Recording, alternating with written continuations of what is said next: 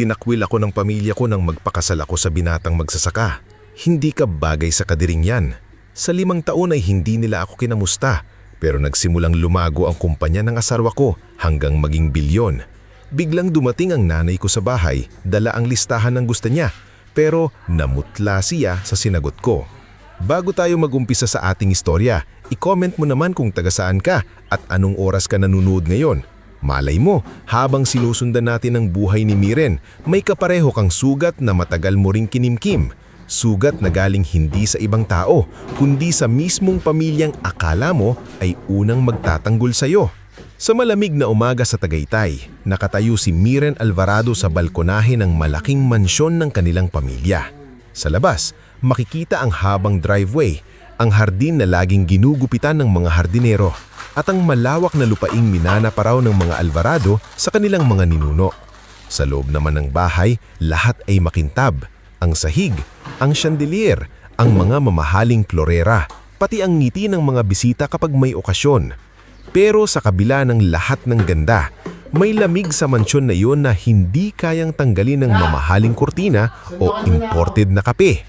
Miren, tawag ni Doña Celestina Alvarado mula sa dining hall. Malamig ang boses nito, parang utos na walang puwang para sa tanong. Bakit hindi ka pabihis? Darating si Severino mamayang tanghali. Napabuntong hininga si Miren bago humarap sa ina. 26 na taong gulang siya, edukada, mahinahon, at kilala sa kanilang angkan bilang dalagang hindi sumasagot ng bastos. Maputi ang balat, simple ang ayos, at kahit may karapatan siyang magmayabang dahil sa yaman ng kanilang pamilya, mas madalas siyang makita sa kusina na nakikipagkwentuhan sa mga kasambahay kaysa sa sala na kasama ang mga sosyal na kaibigan ng kanyang ina. Ma, sinabi ko na po sa inyo, hindi ko gustong makipaglapit kay Severino. Huminto sa pag-inom ng tsaa si Doña Celestina. Sa kabilang dulo ng mesa, tahimik na nakaupo si Don Florencio, ama ni Miren. Hawak ang dyaryo pero halatang nakikinig. Nasa tabi naman nito si Vesper, ang nakakatandang kapatid ni Miren na nakangiti habang inaayos ang relo niyang kumikinang. Ay talaga? Kaya pala laging nasa literacy program sa baryo. Hindi mo ba alam, pinag-uusapan ka na ng mga tao. Anak ng Alvarado, nakikipagsalamuha sa mga magsasaka at tindera. Mga tao rin sila kuya. Pero hindi natin silang ka-level. Singit ni Doña Celestina. Tandaan mo yan. Tahimik na napayuko si Miren, hindi dahil wala siyang sagot, kundi dahil pagod na siyang ipaliwanag sa pamilyang ito na ang halaga ng tao ay hindi nasusukat sa apelyido, lupa o laman ng bank account. Sa likod ng mansyon, sa may maliit na kusina kung saan mas mainit ang pakiramdam kaysa sa engranding dining hall, naroon si Manang Tarsila, ang matagal ng kasambahay ng pamilya. Nakita nitong pumasok si Miren na halatang mabigat ang dibdib. Ano na naman ang sinabi sa iyo ng nanay mo, hiha? Hindi naman po, sagot ni Miren, pilit ng miti. Ako pa ba ang lolokohin mo? Bata ka pa lang, kilala ko na ang mukha mo kapag pinipilit mong maging matapang. Napaupo si Miren sa kahoy na upuan. Bakit po ba parang kasalanan ang gusto kong mamuhay ng may sariling desisyon? Hindi agad sumagot si Manang Tarsila. Pinunisan nito ang kamay sa tapis at lumapit sa dalaga. Kasi may mga taong akala nila kapag mahal ka nila, pag-aari ka na nila. Pero hindi ganon ang pagmamahal, Miren. Ang tunay na mahal ka, hindi ka ikukulong para lang manatili kang malapit. Tumagos sa puso ni Miren ang mga salitang iyon. Ilang araw matapos iyon, nagpunta si Miren sa baryo para tumulong sa reading class ng mga batang anak ng magsasaka. Kasama riyan nito si Solaya, ang matalik niyang kaibigan na anak ng dating kusinera nila. Si Solaya ay guro na ngayon sa maliit na paaralan sa gilid ng palayan.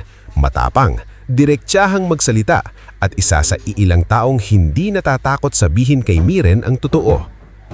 Naririnig ko na naman, pinipilit ka na naman daw kay Severino Castañeda.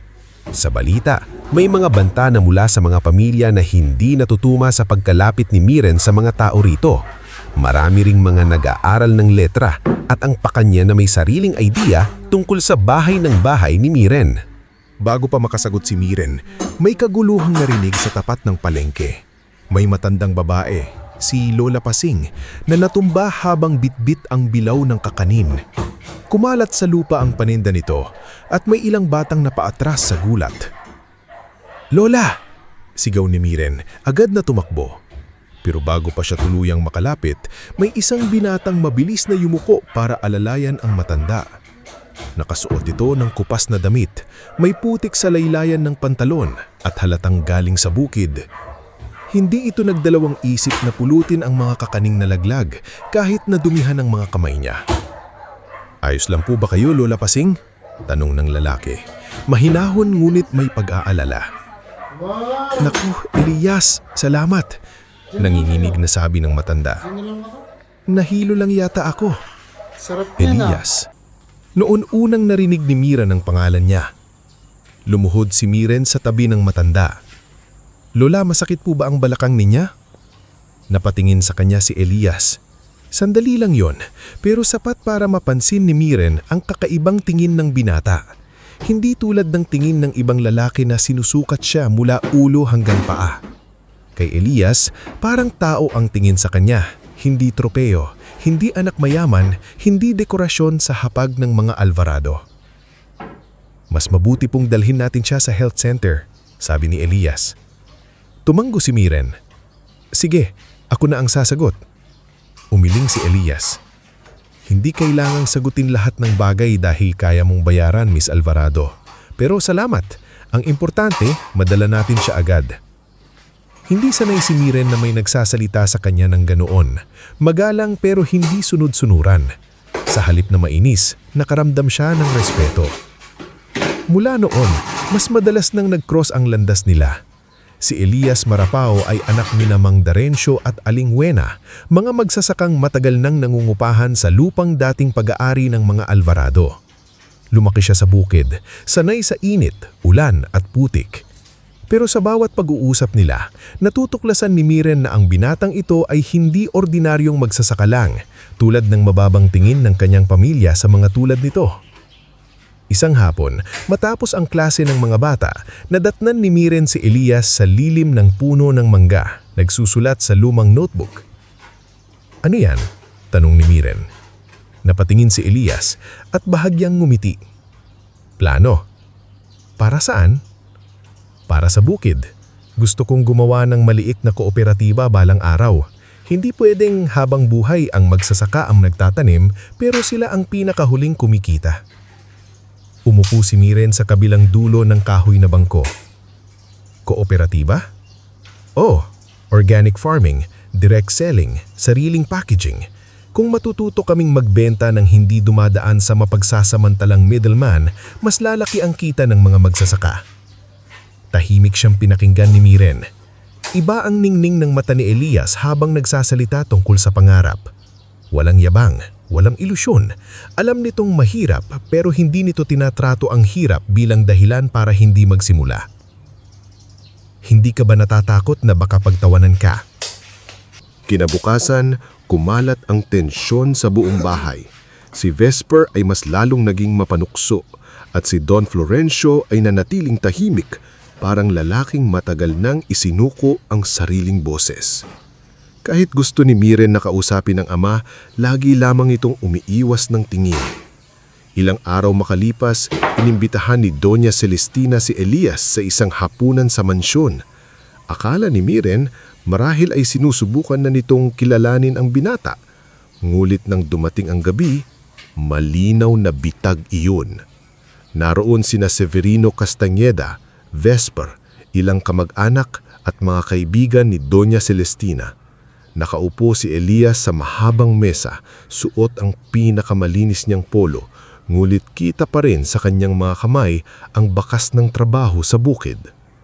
"So, Elias," sabi ni Vesper habang umiikot ang alak sa baso, "ilang sako ng palay ang katumbas ng pangarap mong pakasalan ng kapatid ko?" May ilang napatawa. Namula si Miren sa galit. "Kuya, tama na." Pero mahinaong sumagot si Elias. "Wala akong balak bilhin ang pagmamahal ng kapatid mo, sir. At kung pakakasalan ko man siya balang araw, hindi ko siya kukunin mula sa pamilya niya. Bibigyan ko siya ng tahanang may respeto." Natahimik ng kaunti ang mesa. Suminit si Severino, nakangisi. Respeto? Paano mo siya bubuhayin? Sa gulay? Kung ang gulay ay galing sa marangal na trabaho, hindi iyon nakakahiya, sagot ni Elias. Mas nakakahiya ang mabusog sa perang galing sa panlalamang. Muling natahimik ang paligid. Nakita ni Miren ang pagkairita sa mukha ng kanyang ina. Hindi niya inasahang hindi matitinag si Elias. Tumayo si Doña Celestina. Tama na. Miren, nakikita mo ba? Wala siyang alam kundi sumagot. Hindi siya bagay sa mundo natin. Dahan-dahang tumayo si Miren. Naninginig ang kamay niya pero malinaw ang boses. Kung ang mundo po natin ay nangangahulugang mang-apak ng taong mas mababa ang buhay, ayoko na pong mapabilang sa mundong ito. Miren, babala ng ina, pero hindi na siya umatras. Mas pipiliin ko ang taong may dangal kaysa sa pamilyang may pangalan pero walang puso. Pagkatapos ng gabing iyon, nagbago ang lahat. Hindi na simpleng pagtutol ang nangyari. Naging digmaan iyon, binatang buhay na ipinipilit sa kanya at buhay na nais niyang piliin. Makalipas ilang linggo, sa maliit na kapilya sa baryo, nagpakasal sina Miren at Elias. Walang mamahaling gown, walang malaking reception, walang mga negosyanteng bisita. Naroon si Sulaya, si Manang Tarsila na palihim na umalis sa mansyon para dumalo, sina Mang Darencio at Aling Wena, si Lola Pasing at ilang batang tinuruan ni Miren na bumasa. Bago magsimula ang seremonya, dumating si Don Florencio. Tahimik nitong inabot kay Miren ang lumang rosaryo ng kanyang lola. Patawarin mo ako, hindi ako naging matapang na ama. Bulong nito. Napuno ng luha ang mata ni Miren. Mahal ko po kayo, Papa. Ngunit bago pa tuluyang magsimula ang kasal, dumating si Doña Celestina kasama sina Vesper at Severino. Huminto ang lahat. Pumasok ang ina ni Miren sa kapilya na parang bagyo, suot ang mamahaling damit at matang puno ng galit. Miren, umuwi ka na. Huling pagkakataon mo na ito. Hinawakan ni Elias ang kamay ni Miren, ngulit hindi niya ito hinila. Hinayaan niyang si Miren ang magpasya. Tumayo si Miren sa gitna niyang kapilya. Hindi po ako uuwi para maging bilanggo ulit. Namula sa galit si Doña Celestina. Tumingin ito kay Elias mula ulo hanggang paa, puno ng panghahamak. Sinisira mo ang buhay mo para sa lalaking yan? Hindi ka bagay sa kadiring yan. Parang kutsilyong bumaon ng mga salita sa dibdib ng lahat. Napayuko si Aling Wena, napakuyom ng kamay ni Mang Darencio. Si Elias ay nanatiling tahimik pero kita sa mga mata niya ang sakit. Si Miren ang unang sumalita. Kung kadiri po sa inyo ang taong marangal na nagpapakain sa maraming pamilya, mas pipiliin ko pa rin siya kaysa sa mundong malinis ang damit pero marumi ang puso. Lumapit si Doña Celestina, nanginginig sa galit.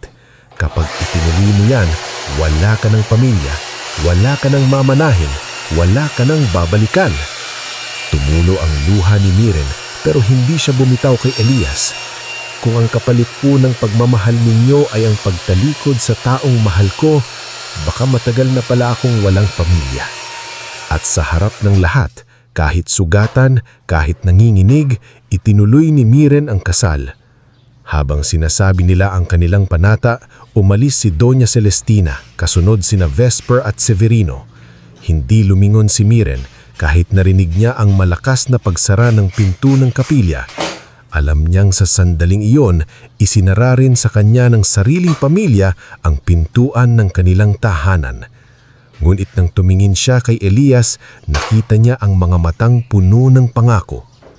Wala akong maipapangakong mansyon, bulong ni Elias matapos ang seremonya. Pero ipapangako ko sa iyo, hindi kita hahayaang magsisi na pinili mo ako. Mahinang ngumiti si Miren sa gitna ng luha. Hindi mansyon ng kailangan ko, Elias. Tahanan. Sa labas ng kapilya, simple ang handa. May pansit, kakanin, pritong isda at mga bulaklak na pitas sa gilid ng bukid. Walang engranding musika pero may tawanan. Walang mamahaling regalo pero may mga yakap na totoo. Hindi pa alam ni Miren na ang araw na iyon ang simula ng pinakamahirap na yugto ng buhay niya. Hindi niya pa alam na 5 taon siyang hindi kakamustahin ng sariling pamilya. Hindi niya pa alam na darating ang gutom, bagyo, sakit at pangmamaliit. Pero sa gabing iyon, habang magkahawak sila ni Elias sa ilalim ng simpleng ilaw ng baryo, isang bagay ang malinaw sa kanya. Sa unang pagkakataon sa buong buhay niya, hindi siya pinipili bilang Alvarado. Pinipili siya bilang Miren. Bago tayo magpatuloy sa ating istorya, i-comment mo muna kung taga saan ka at anong oras ka nanonood ngayon. Dahil sa parteng ito, makikita natin na hindi lahat ng pinili ng puso ay agad nagiging masaya. Minsan, pagkatapos mong piliin ang taong mahal mo, doon palang magsisimula ang tunay na laban. Ang laban sa gutom, pangungutya, pagod, at katahimikan ng pamilyang akala mo ay hindi ka kayang tiisin. Kinabukasan matapos ang kasal, hindi mansyon ang sinalubong ni Miren. Walang malaking kwarto, walang malambot na kama, walang kasambahay na mag-aabot ng pagkain o mag-aayos ng damit. Ang sinalubong niya ay isang maliit na bahay sa gilid ng palayan, gawa sa kahoy at yero, may sahig na kumikirit kapag tinatapakan, at bintanang kailangang tukuran ng lumang kahoy kapag malakas ang hangin. Nakatayo si Miren sa pintuan, hawak ang maliit na maletang dala niya mula sa mansyon. Kaunti lang ang laman niyon, ilang damit, ang lumang rosaryo na ibinigay ng kanyang ama at ilang librong hindi niya kayang iwan. "Pasensya ka na," mahinang sabi ni Elias habang ibinababa ang sako ng bigas sa sulok. "Hindi ito tulad ng nakasanayan mo." Tumingin si Miren sa paligid. May maliit na mesa, 2 upuang kahoy, isang aparador na may gasgas, at kusinang halos kasya lang ang 2 tao. Sa labas, naroon ang malawak na bukid, basa pa ng hamog ng umaga. Ngumiti siya kahit may kaba sa dibdib. "Hindi naman bahay ang nagpapasaya sa tao, Elias. Kung tahanan ito, matututuhan ko ring itong mahalin." Napatitig sa kanya si Elias, tila hindi makapaniwala na ang babaeng lumaki sa marmol na sahig ay nakatayo ngayon sa simpleng bahay niya at hindi nagrereklamo. Dumating sina Aling Wena at Mang Darencio dala ang mainit na sinangag, itlog na maalat at kamatis. Nakasuot pa si Aling Wena ng lumang duster pero halata sa mukha nito ang pag-aalala. "Hiha," sabi nito ay Miren, "kung may kulang dito, sabihin mo lang. Hindi kami mayaman pero hindi kami namin pababayaan." Lumapit si Miren at magalang na yumakap sa kanya. "Salamat po, Nay Wena." Sandaling natigilan si Aling Wena sa tawag na iyon. Pagkatapos ay napapikit ito, parang pinipigilan ng luha. "Nay Wena," ulit nito ng mahina. "Aba, parang may anak na rin akong babae." Sa unang buwan ng pagsasama ni Miren at Elias, doon unti-unting natuklasan ni Miren kung gaano kabigat ang buhay na pinili niya. Gigising sila bago sumikat ang araw. Si Elias naman ay pupunta agad sa bukid kasama si Mang Darencio, habang si Miren naman ay susubok matutong magsaing gamit ang kalan na diuling. Ilang beses siyang napaso, ilang beses ding nasunog ang sinaing. Minsan, napaiyak siya ng mag-isa dahil kahit simpleng gawain ay hindi niya agad magawa ng tama. Nakita siya ni Aling Wena isang tanghali, nakaupo sa bangko sa likod ng bahay, hawak ang palad na may paltos. "Masakit?" tanong ng matanda. "Kaunti po," sagot ni Miren, pilit na ngumiti. Umupo si Aling Wena sa tabi niya at kinuha ang kamay niya. "Hindi ka mahina dahil nasaktan ka, bago lang sa'yo ito. Pero minsan po naiisip ko, baka tama sila, baka hindi nga ako bagay dito." Mahinang umiling si Aling Wena. "Hindi ang putik ang sukatan kung bagay ka sa bukid. Ang tanong, kaya mo bang igalang ang buhay dito? At nakikita ko, hiha, pinipilit mong matuto, sapat iyon para magsimula." Mula noon, mas naging determinado si Miren. Natuto siyang mamalengke ng hindi naloloko sa presyo. Natuto siyang magluto ng gulay na hindi sobra ang alat. Natuto siyang maghugas ng damit gamit ang kamay hanggang mamula ang daliri.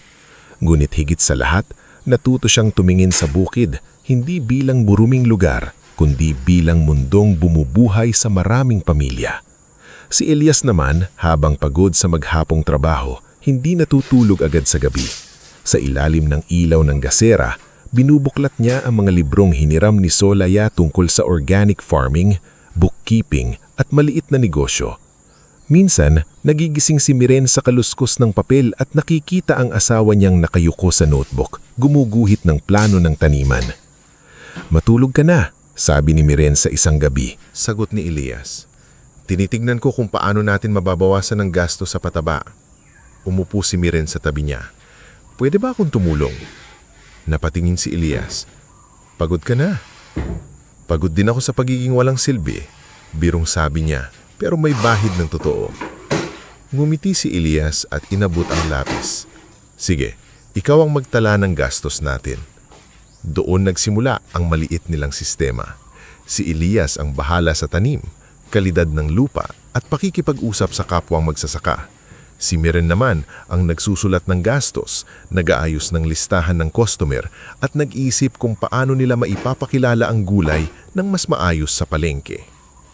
Ngunit hindi naging madali ang lahat. Sa ikalawang taon ng kanilang pagsasama, dumating ang malakas na bagyo. 3 araw na halos walang tigil ang ulan. Umuuga ang bubong ng maliit nilang bahay at pinapasok ng tubig ang gilid ng dingding. Magdamag nagising sina Miren at Elias, nagsasahod ng palanggana sa tumutulo bubong habang si Aling Wena ay nagdarasal sa kabilang bahay. Kinabukasan, nang humupa ang ulan, nakita nila ang pinsala. Nakalubog sa tubig ang maraming tanim. Ang ilang hanay ng gulay ay nakahiga na parang mga katawan matapos ang gyera. Natahimik si Elias habang nakatayo sa gitna ng putikan. Hindi siya nagsalita. Hindi rin siya umiyak. Pero nang makita ni Miren ang panginginig ng kamay nito, alam niyang mas malalim ang sugat kaysa sa nakikita. "Elias," mahinang tawag niya. 3 buwan. Bulong nito. 3 buwan nating inalagaan to. Lumapit si Miren at hinawakan ng kamay niya. "Babangon tayo." Napatingin si Elias sa kanya. "Paano?" Hindi agad nakasagot si Miren dahil sa totoo lang, hindi rin niya alam. Dahil sa pinsala, napilitan silang umutang kay Brando Talek, isang middleman sa palengke na matagal nang kilala sa pagsasamantala sa mga magsasaka. Malaki ang tiyan ni Brando, makapal ang gintong sinsing at laging may ngising parang may hawak na sikreto laban sa lahat. "Nako Elias," sabi ni Brando habang pinipirmahan nila ang papel. "Alam mo naman ako, tumutulong sa nangangailangan. Pero syempre, negosyo pa rin ito. Kapag hindi kayo nakabayad sa takdang araw, sa akin ninyo ibabagsak ang ani ninyo sa presyong ako ang magsasabi." Napakuyom ang kamao ni Elias. Wala kaming choice ngayon. Ngumiti si Brando at tumingin kay Miren. "Ikaw ba ang asawa niya? Ikaw yung taga-mansyon dati, di ba? Sayang, kung naghintay ka lang, hindi ka sana namang problema sa putik ngayon." Nanlamig ang mukha ni Miren pero hindi siya sumagot. Hinawakan lang niya ang braso ni Elias para hindi ito magpadala sa galit. Sa mga sumunod na buwan, ramdam ni Miren ang bigat ng pinili niyang buhay. Sa palengke, may mga babaeng bumubulong kapag dumaraan siya. Siya yan, di ba? Anak mayaman dati. Oo, pinili ang magsasaka. Ayan tuloy, namamalengke na parang ordinaryo. Minsan talaga, ang pag-ibig nakakabubo. Naririnig ito ni Miren pero lumalakad lang siyang natuwid. Kapag nakauwi na, saka siya tahimik na umiiyak sa likod ng bahay. Ayaw ipakita kay Elias dahil alam niyang pareho na silang pagod. Isang hapon, dumating si Solaya dala ang ilang lumang libro at isang supot ng pandesal. "Uy!" bati nito. Pilit na masaya. "May pasalubong ako." Inayakap ni Miren ang kaibigan at doon bumigay ang luha niya. Wala silang kahit isang tawag, Solaya, kahit isa. Alam ni Solaya kung sino ang tinutukoy niya.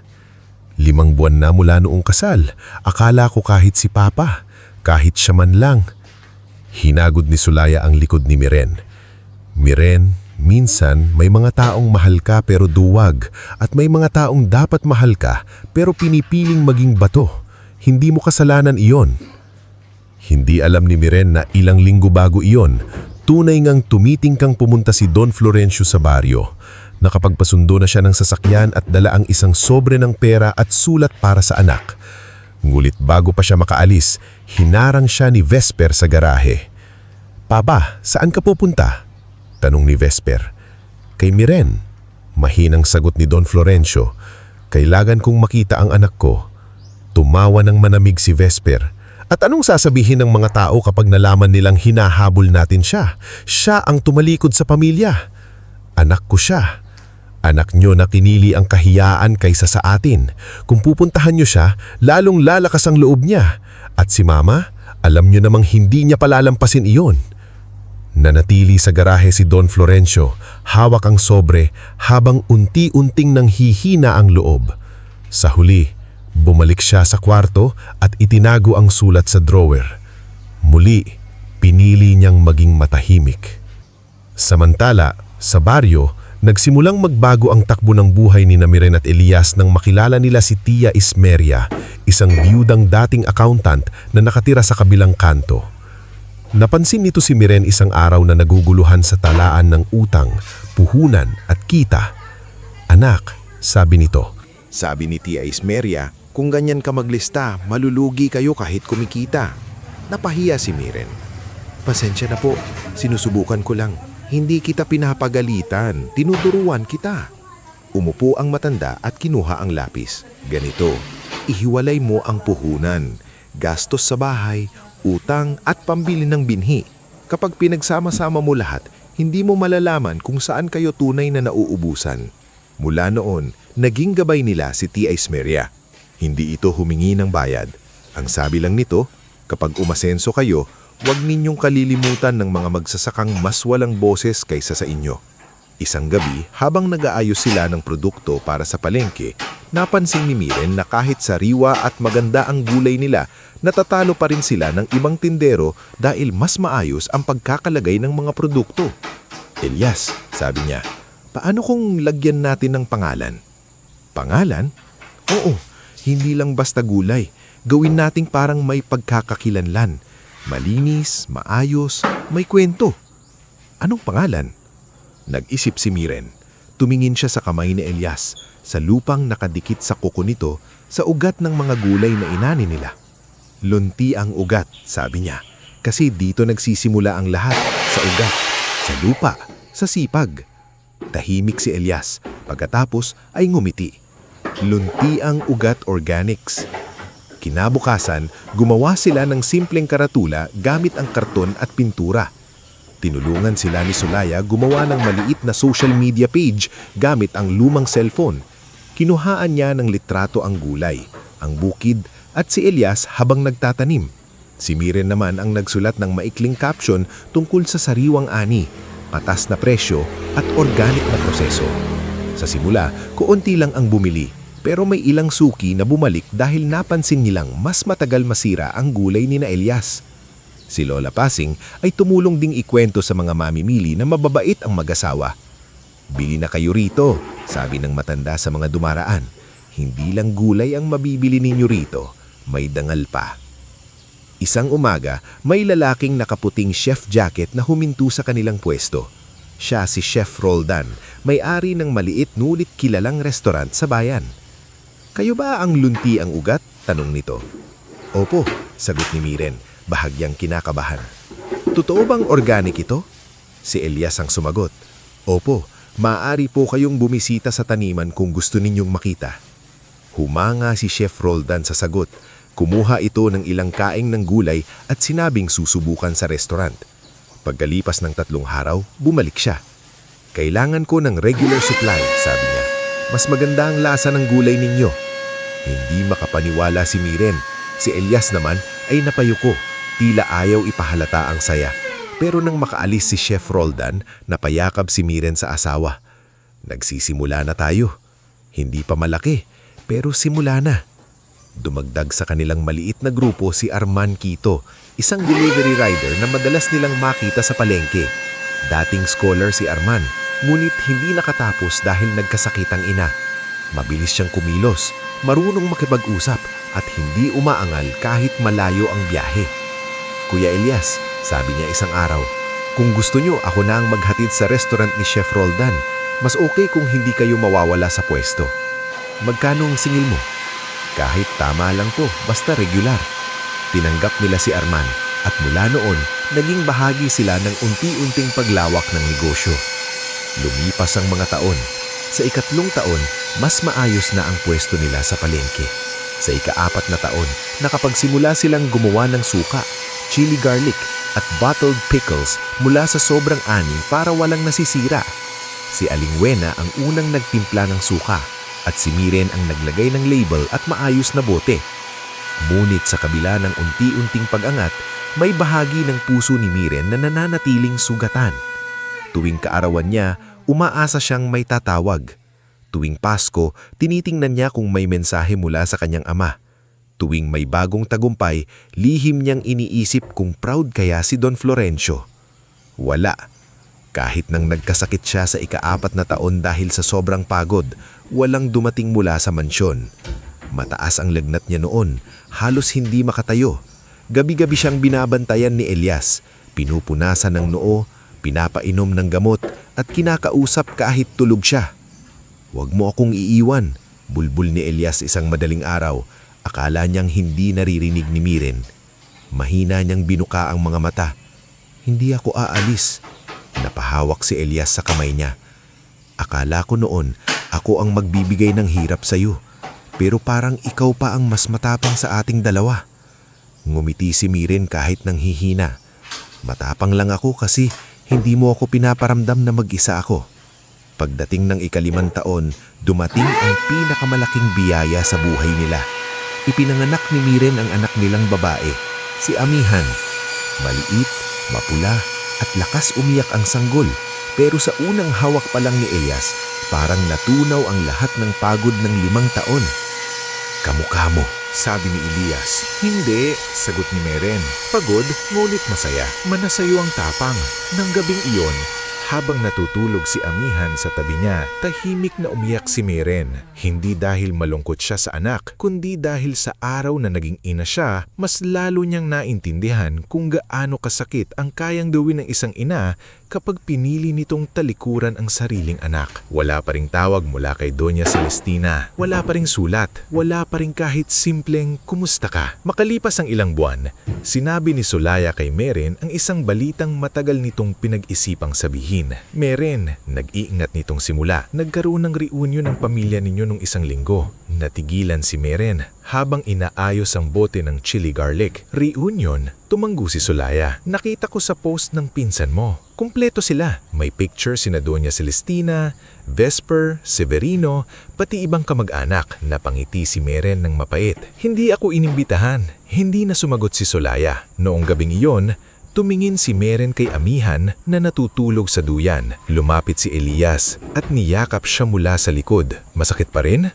tanong nito. "Oo." Tapat niyang sagot, pero hindi na tulad noon. "Bakit?" Hinawakan ni Miren ang kamay ng asawa. "Kasi dati, iniisip ko na nawala ang pamilya ko. Ngayon, nakikita kong may nabuo pala akong bago." Doon tuluyang tinanggap ni Miren na ang 5 taon ng katahimikan ng kanyang pamilya ay hindi lamang parusa. Isa rin itong malinaw na sagot. "Tinakwil nila ako, oo. Ngunit sa mga taon iyon, may ibang yumakap sa kanya. Sina Elias, Aling Wena, Mang Darencio, Solaya, Tia Ismeria, Arman, Lola Pasing, Chef Roldan at ang maliit niyang si Amihan. At sa pagtatapos ng ika-5 taon, dumating ang pagkakataong hindi nila inaasahan. Tinawagan sila ni Chef Roldan isang umaga. May kakilala raw siyang procurement head ng malaking hotel group na naghahanap ng bagong supplier ng organic vegetables at bottled farm products. Ang pangalan nito ay Maestra Iluminada C, isang babaeng kilalang migpit, diretso magsalita at hindi madaling humanga. "Handa na ba tayo?"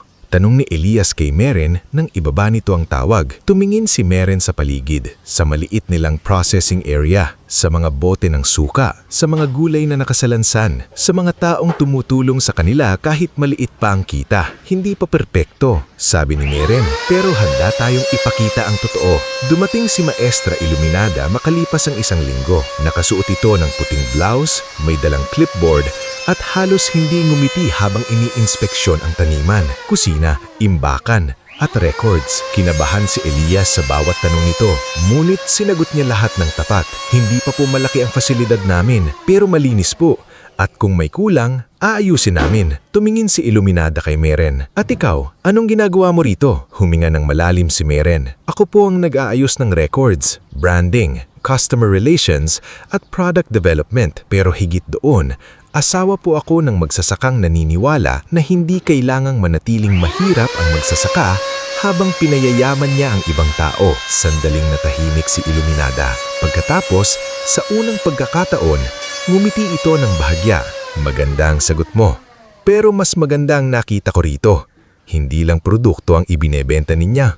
Sistema. Pag-alis nito, walang kasiguraduhan kung pasado sila. Ngunit makalipas ang 3 araw, dumating ang email. Tinanggap sila bilang trial supplier. Napatakip ang bibig ni Meren habang binabasa ang mensahe. Si Elias naman ay napaupo sa silya. Parang nanlalambot ang tuhod. Elias, naninigig ang boses ni Meren. Ito na! Tinawagan nila sina Aling Wena, Mang Darencio, Solaya, Tia Ismeria, Arman, Lola Pasing, Chef Roldan at ang maliit niyang si Amihan. Walang engranding selebrasyon. Nagsalo-salo lang sila sa pansit, tanpuling at kape sa bakuran. Pero sa gabing iyon, mas maliwanag pa sa chandelier ng mansyon ang munting ilaw sa bahay ni Meren. Hindi pa nila alam na ang kontratang iyon ang magbubukas ng pintuan patungo sa mas malaking mundo. Hindi pa nila alam na ang luntiang ugat organics na nagsimula sa karton na karatula at putikang palayan ay magiging kumpanyang pag-uusapan sa buong bansa. At lalong hindi pa alam ni Meren na sa oras na makita ng pamilya Alvarado ang pag-angat nila, ang katahimikang 5 taon nilang ibinigay ay biglang mapapalitan ng pagkatok sa pintuan. Ngulit sa gabing iyon, hindi muna inisip ni Meren ang nakaraan. Karga niya si Amihan, katabi si Elias habang nakatingin sa mga taong kasama nilang bumangon. At sa puso niya, malinaw ang isang bagay. Hindi man siya kinamusta ng pamilyang pinanggalingan niya, araw-araw naman siyang pinili ng pamilyang binuo niya. Bago tayo magpatuloy sa ating istorya, i-comment mo muna kung taga saan ka at anong oras ka nanonood ngayon. Dahil sa parting ito, makikita natin na minsan ang mga taong hindi naniniwala sa iyo noong nagsisimula ka pa lang, sila rin ang unang mapapalingon kapag ang tahimik mong pagtitiis ay nagbunga ng tagumpay na hindi na nila kayang baliwalain. Nagsimula ang lahat sa isang email. Hindi iyon engrandeng pangyayari sa paningin ng ibang tao. Walang fireworks, walang handaan sa mamahaling hotel, walang reporter na nakatutok ang kamera. Isang simpleng email lamang mula sa opisina ni Maestra Iluminada Shi, ang procurement head ng malaking hotel group na bumisita sa maliit na processing area ni Meren at Elias.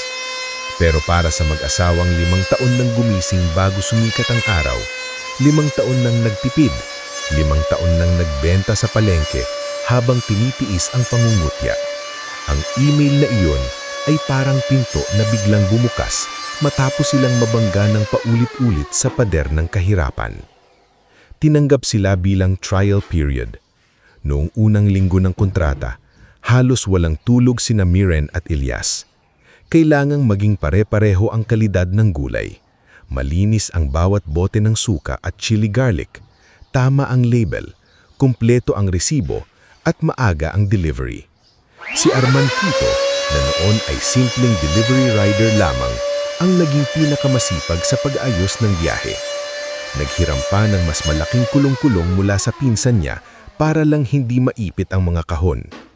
Kuya Elias, sabi ni Arman habang kinakarga ang crate ng lettuce, kung ganito karami ang order, kailangan na natin ng totoong delivery van. Napatingin si Elias sa kanya at napangiti ng pagod. Kapag nabayaran tayo ng maayos, unang bibilhin natin yan. Naku, singit ni Tia Ismeria habang hawak ang notebook ng gastos. Ang kita, hindi parang tubig na basta ibubuhos, dapat alagaan. Napatawa si Solaya na tumutulong magdikit ng label sa mga bote. Ayan na naman si Tia Ismeria, kahit biyaya, kailangan may ledger. Dahil maraming nababangkarote hindi dahil walang kita, kundi dahil akala nila ang unang kita ay lisensya na para magyabang. Natahimik si Miren sa sinabi nito. Tinamaan siya hindi dahil balak niyang magyabang, kundi dahil bigla niyang naalala ang mansyon ng pamilya Alvarado. Ang mahahabang mesa, ang mamahaling alak, ang mga handaang ginawa hindi para magpasalamat, kundi para magpakitang tao. Noon, akala niya iyon ang mukha ng tagumpay. Ngayon, habang nakatayo siya sa maliit na bakuran na amoy lupa, bawang at bagong hugas na bote, mas malinaw sa kanya na ang tunay na tagumpay ay hindi kailangang maingay. Lumipas ang ilang buwan at pumasa sila sa trial period. Hindi lamang pumasa, pinuri sila ng hotel group. Ayon kay Maestra Iluminada, bihira ang supplier na maliit pa ang operasyon, ngunit malinaw ang sistema, malinis ang records at may respeto sa manggagawa. Isang hapon, personal na bumisita muli si Iluminada sa kanila. Nakatayo siya sa gilid ng taniman, pinapanood ang mga magsasakang nag-aani ng pechay at mustasa. "Ilyas," sabi ni Iluminada, "alam mo bang pwede ka nang magtaas ng presyo ng kaunti? Mababa ang singil ninyo kumpara sa kalidad." Napakamot ng batok si Ilyas. "Ayoko kasing mabigatan ng customer." "Negosyo ito," sabi ni Iluminada. "Hindi kawang gawa. Kung gusto mong tulungan ang magsasaka, siguraduhin mong buhay ang negosyo ninyo. Kapag nalugi kayo, mas marami ang mawawalan." Napatingin si Ilyas kay Miren. Si Miren naman ay marahang tumanggo. Natuto na siya mula kay Tia Esmeria na hindi kasalanan ang kumita, basta hindi mo inaapak ang iba para lang lumaki. Doon simulang magbago ang takbo ng Luntiang Ugat Organics. Mula sa iisang hotel group, nagdagdagan ng kliyente nila, 2 restaurant chain sa Maynila, isang maliit na supermarket sa Laguna, at ilang online customers na naghahanap ng organic at locally sourced products. Ang dating maliit na processing area sa gilid ng bahay ay naging mas maayos na facility. Hindi pa marangya, pero malinis, may stainless tables, may maayos na lababo, may storage shelves, at may hiwalay na lugar para sa packaging. Hindi nagtagal, napagdesisyonan nilang palitan ang pangalan ng negosyo para mas akma sa paglaki nito. Sa tulong ni Solaya, Tia Esmeria, at isang batang graphic artist sa baryo na si Nilo Cayaban, nabuo ang bagong pangalan, Marapao Green Holdings. Tanong ni Mang Darencio nang marinig ang pangalan. Parang pangmalaking kumpanya. Ngumiti si Miren. Kasi magiging malaki tayo, Tay Darencio, pero hindi natin iiwan ang pinanggalingan natin. Tinapik ni Mang Darencio ang balikat ni Ilyas. "Anak, narinig mo? Baka isang araw, hindi na tayo mangungupahan sa lupa. Tayo na ang bibili para sa mga magsasaka." Tahimik si Ilyas. Matagal na niyang pangarap yun. Pero noon, parang suntok sa buwan. Ngayon, unti-unti na itong nagkakaroon ng hugis. Sa ika-6 na taon ng pagsasama nila ni Miren, nabili nila ang unang 5 ektaryang lupa na dating inuupahan ng ilang pamilya sa baryo. Hindi iyon para sa kanila lamang. Ginawa nila itong shared production area para sa mga magsasakang gustong sumali sa programa ng Marapao Green Holdings. Sa halip na ipitin sa mababang presyo, binigyan nila ang mga magsasaka ng malinaw na kontrata, tamang training at garantisadong bilihan basta pasado sa kalidad. Si Solaya ang naging head ng Community Education Program. Sa maliit na training center na dating bodega, tinuturuan niya ang mga asawa ng magsasaka kung paano magbasa ng kontrata, magtala ng kita at mag-ipon kahit maliit. Si Arman naman, mula sa pagiging delivery rider, naging logistics supervisor. Natuto siyang humawak ng schedule, ruta, inventory at tao. "Hindi ko inakalang marunong pala akong mag-manage," sabi ni Arman isang araw habang hawak ang clipboard. "Matagal ka nang marunong," sagot ni Miren. "Wala lang dating nagbibigay sa iyo ng pagkakataon." Sa bawat paglawak ng negosyo, pinipilit ni Miren at Ilyas na hindi kalimutan ang dahilan kung bakit sila nagsimula. Ngunit habang lumalakas ang kumpanya, may mga taong nagsimulang mainis sa tagumpay nila. Isa na roon si Brando Talek, ang dating middleman na nagpautang sa kanila sa oras ng pangangailangan ay unti-unting nawalan ng hawak sa mga magsasaka. Dati, siya ang nagdidikta ng presyo. Dati, kapag may bagyo o peste, siya ang nagpapautang kapalit ng halos pag-aari na rin niya ang ani ng mga tao. Pero nang dumating ang Marapao Green Holdings, natutong tumanggi ang mga magsasaka sa mapang-abusong kontrata. Isang gabi, sa maliit na karinderya malapit sa palengke, nakipagkita si Brando kay Severino Castañeda. Oo, ang dating lalaking ipinipilit kay Miren ng kanyang ina. Hindi rin naging maganda ang takbo ng negosyo ni Severino nitong mga nakarahang taon. Mayaman pa rin siya sa panlabas, ngunit maraming utang at palpak na investment ang tinatago sa likod ng mamahaling polo at relo. Hindi pwedeng tuloy-tuloy silang lumaki, sabi ni Brando habang hinahalo ang kape. Ngumiti si Severino at kinukuha nila ang atensyon ng merkado. Alam mo ba, may mga investors na dati kong kausap, tinatanong na ngayon kung kilala si Elias Marapao. Tapos gusto nilang makipag-partner sa kanya, sa magsasakang yun. May lason sa boses ni Severino. Anong plano mo? Tanong ni Brando. Sumandal si Severino sa upuan. Hindi kailangang sirain sila ng harapan. Sapat nang sirain ang tiwala ng customer. Doon nagsimula ang pananabutahe. Una, may kumalat na post online na marumi raw ang processing facility ng Marapao Green Holdings. May larawan ng amag na bote at bulok na gulay, pinalabas na galing sa kanila. Sumunod may anonymous complaint sa Organic Certification Office na gumagamit daw sila ng peking label. Pagkatapos, may ilang customer na nakatanggap ng peking email na nagsasabing nagre-recall daw ang kumpanya ng produkto dahil sa contamination.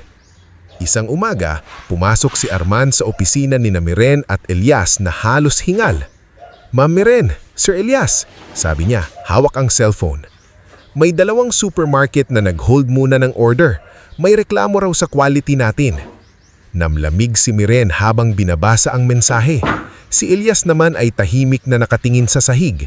Hindi na ito tulad ng bagyo noon na tanim lang ang tinumba. Ngayon, reputasyon nila ang tinatamaan. Kung matakot ang customers, sabi ni Tia Ismeria, maaapektuhan ang buong chain, magsasaka, packers, drivers, lahat. Hindi tayo magtatago, marining na sabi ni Miren. Tumingin ang lahat sa kanya. Kung sasagot tayo sa social media lang, magiging salita laban sa salita. Buksan natin ang facility, papasukin natin ang inspectors, customers at kahit media. Ipakita natin ang totoo. Nag-alala si Elias. "Miren, baka gamitin nila laban sa atin ang kahit maliit na mali. Kung may mali, aayusin natin. Pero hindi tayo papayag na sirain ng kasinimalingan ang pinaghirapan ng lahat." Makalipas ang 3 araw, nagdaos sila ng open facility inspection. Dumating ang ilang kliyente, local reporters, food safety inspectors, at representatives mula sa Organic Certification Office. Naandun din si Maestra Iluminada C, hindi bilang tagapagtanggol nila, kundi bilang mahigpit na kliyente na gustong malaman ang totoo. Maayos na ipinakita ni Elias ang taniman, composting area, water source, harvesting process, at storage. Si Miren naman ang nagpaliwanag ng documentation, batch numbers, employee hygiene protocols, at complaint handling system. Si Tia Ismeria ang naglabas ng records. Si Solaya ang nagpakilala sa ilang magsasakang kasama sa programa. Si Arman ang nagpakita ng delivery logs. Sa huli, tumayo ang inspector at sinabi sa lahat, "Wala kaming nakitang batayan sa akusasyon. Sa katotohanan, mas maayos pa ang sistema nila kaysa sa ilang mas malaking supplier." Nakahinga ng maluwag ang lahat. Ngunit ang pinakamatinding sandali ay nang lumapit si Maestra Iluminada kay Miren. "Alam mo," sabi nito, "maraming negosyo ang bumabagsak hindi dahil may kasalanan sila, kundi dahil natatakot silang ipakita ang loob ng bahay nila. Kayo, binuksan ninyo. Iyon ang dahilan kung bakit lalo ko kayong pagkakatiwalaan." Lumabas sa balita ang resulta ng inspeksyon. Sa halip ng masira, mas lalo pang nakilala ang Marapao Green Holdings. Ang mga taong nagduda ay naging curious. Ang mga customer na nag-hold ng order ay bumalik. At ang mga magsasakang dating nag-aalinlangan ay mas lalong naniwala sa sistema ni na Elias at Miren. Sa hindi kalayuan, sa malamig na sala ng Alvarado Mansion, tahimik na nanonood si Don Florencio ng balita. Nasa screen si Miren. Nakatayo sa harap ng processing facility, simple ang damit, ngunit matagag ang boses. Ang tiwala po, sabi ni Miren sa interview, ay hindi nabibili sa apelyido o pangalan. Binubuo ito araw-araw sa patas na pakikitungo, malinis na trabaho at paggalang sa taong tumulong sa iyo noong wala ka pa. Nangingilid ang luha ni Don Florencio. Hinawakan niya ang lumang sobre sa bulsa, ang sulat na hindi niya kailanman naipadala sa anak. Mula sa likod niya, narinig ang boses ni Doña Celestina. Si Miren ba yan? Hindi sumagot si Don Florencio. Nanatili lang siyang nakatingin sa telebisyon. Lumapit si Vesper hawak ang baso ng alak. Nang makita niya ang balita, napasimangot siya. Hindi ako makapaniwala. Paano naging ganyan kalaki ang negosyo ng lalaking yun? Hindi lalaking yun ang pangalan niya. Elias ang pangalan niya. Asawa siya ng kapatid mo. Napatingin si Vesper sa ama, halatang na insulto. Ngayon niyo siya ipagtatanggol? Hindi sumagot si Don Florencio, pero sa dibdib niya, lalong bumigat ang pagsisisi. Si Doña Celestina naman ay hindi agad nakaramdam ng tuwa o pagmamalaki. Nakaramdam siya ng pagkabahala. Dahil nitong mga nakaraang buwan, palihim nang bumabagsak ang lumang negosyo ng pamilya Alvarado. Ang mga ari-arian na dating simbolo ng kapangyarihan ay nakasangla na. Ang kumpanya nilang matagal nang umaasa sa lumang koneksyon ay unti-unting kinakain ng utang. At ang mga kaibigan na dating nakangiti sa kanilang hapag ay unti-unti nang lumalayo. Magkano na raw ang halaga ng kumpanya nila? Tanong ni Celestina, pilit na kontrolado ang boses. Hundreds of millions, sagot ni Vesper matapos tingnan ang article sa cellphone. At may potential investors pa. Tahimik na naupo si Celestina. Sa isip niya, hindi anak ang nakita niya sa balita. Nakita niya ang solusyon sa kanilang bumabagsak na mundo. Samantala, sa panig ni Miren at Elias, isang mas malaking oportunidad naman ang dumating. Isang Japanese-Filipino investor ang humiling ng meeting. Ang pangalan niya ay KG Manansala. Tahimik magsalita, elegante maninam at kilala sa pag-invest sa sustainable food system sa Asia. Naganap ang meeting sa isang conference room sa Maynila. Hindi sanay si Elias sa ganitong lugar. Salamin ang dingding, malamig ang aircon at ang kape ay nakalagay sa tasa na parang mas mahal pa sa dating puhunan nila sa palengke. Napansin ni Miren na kinakabahan ng asawa, kaya hinawakan niya ang kamay nito sa ilalim ng mesa. Mr. Marapao, sabi ni KG, marami na akong nakitang agricultural businesses, pero bihira ang may ganitong social impact at growth potential. I want to invest. Hindi agad sumagot si Elias. Sir, bago po ang lahat, malinaw po dapat na hindi namin isusuko ang karapatan ng mga magsasakang kasama namin. Bahagyang ngumiti si KG. That is exactly why I am interested. Ipinaliwanag ni KG ang plano. Expansion ng processing facilities, cold chain logistics, export-ready packaging at training hubs sa iba't ibang probinsya. Kapalit nito, magkakaroon siya ng minority stake sa kumpanya, ngunit mananatili ang kontrol ni na Elias at Miren sa prinsipyo at operasyon. Pinag-isipan nila iyon ng mabuti. Hindi sila nasilaw agad. Ilang gabi silang nagpulong kasama sina Tia Ismeria, Solaya, Arman at legal consultant na inirekomenda ni Maestra Iluminada. Binasa nila bawat pahina ng kontrata. Kapag tinanggap natin ito, sabi ni Elias isang gabi, hindi na tayo maliit. Hindi na tayo maliit noon pa man. Maliit lang ang gusali natin, pero malaki na ang responsibilidad natin. Pagdating ng araw ng pirmahan, suot ni Elias ang simpleng barong. Si Miren ay nakasuot ng puting blouse at paldang hindi mamahalin ngunit elegante. Sa harap ng ilang partners at abogado, pinirmahan nila ang investment agreement na magtutulak sa Marapao Green Holdings sa bilyong halaga. Bago pumirma, tumingin si Elias kay KG at sinabi, Ang puhunan namin ay hindi lang lupa o produkto. Tiwala ito ng mga taong naniwala noong wala kaming pangalan. Kung mawawala yon, wala ring saysay ang bilyon. Tumanggo si KG. Then let us protect that trust. Nang pumutok sa balita ang expansion at valuation ng Marapaw Green Holdings, nagulat ang buong industriya. Maraming natuwa, maraming humanga, at sa mansyon ng Alvarado, may mga matang biglang nagising matapos ang 5 taong pagkabulag. Si Vesper ang unang nagtangkang tumawag sa lumang numero ni Miren. Hindi na ito gumagana. Hinanap niya sa social media, nag-message sa official page ng kumpanya, at sinubukang dumaan sa mga kakilala. Walang sumasagot. Inis na sabi niya kay Doña Celestina. Hindi mo alam ang direct address nila? Tanong ng ina. Bakit ko aalamin nun? Sagot ni Vesper. Akala natin wala na silang mararating.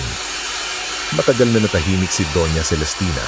Pagkatapos, kinuha niya ang isang folder mula sa drawer at nagsimulang magsulat. Hindi sulat ng paghingi ng tawad. Hindi liham ng pangkamusta.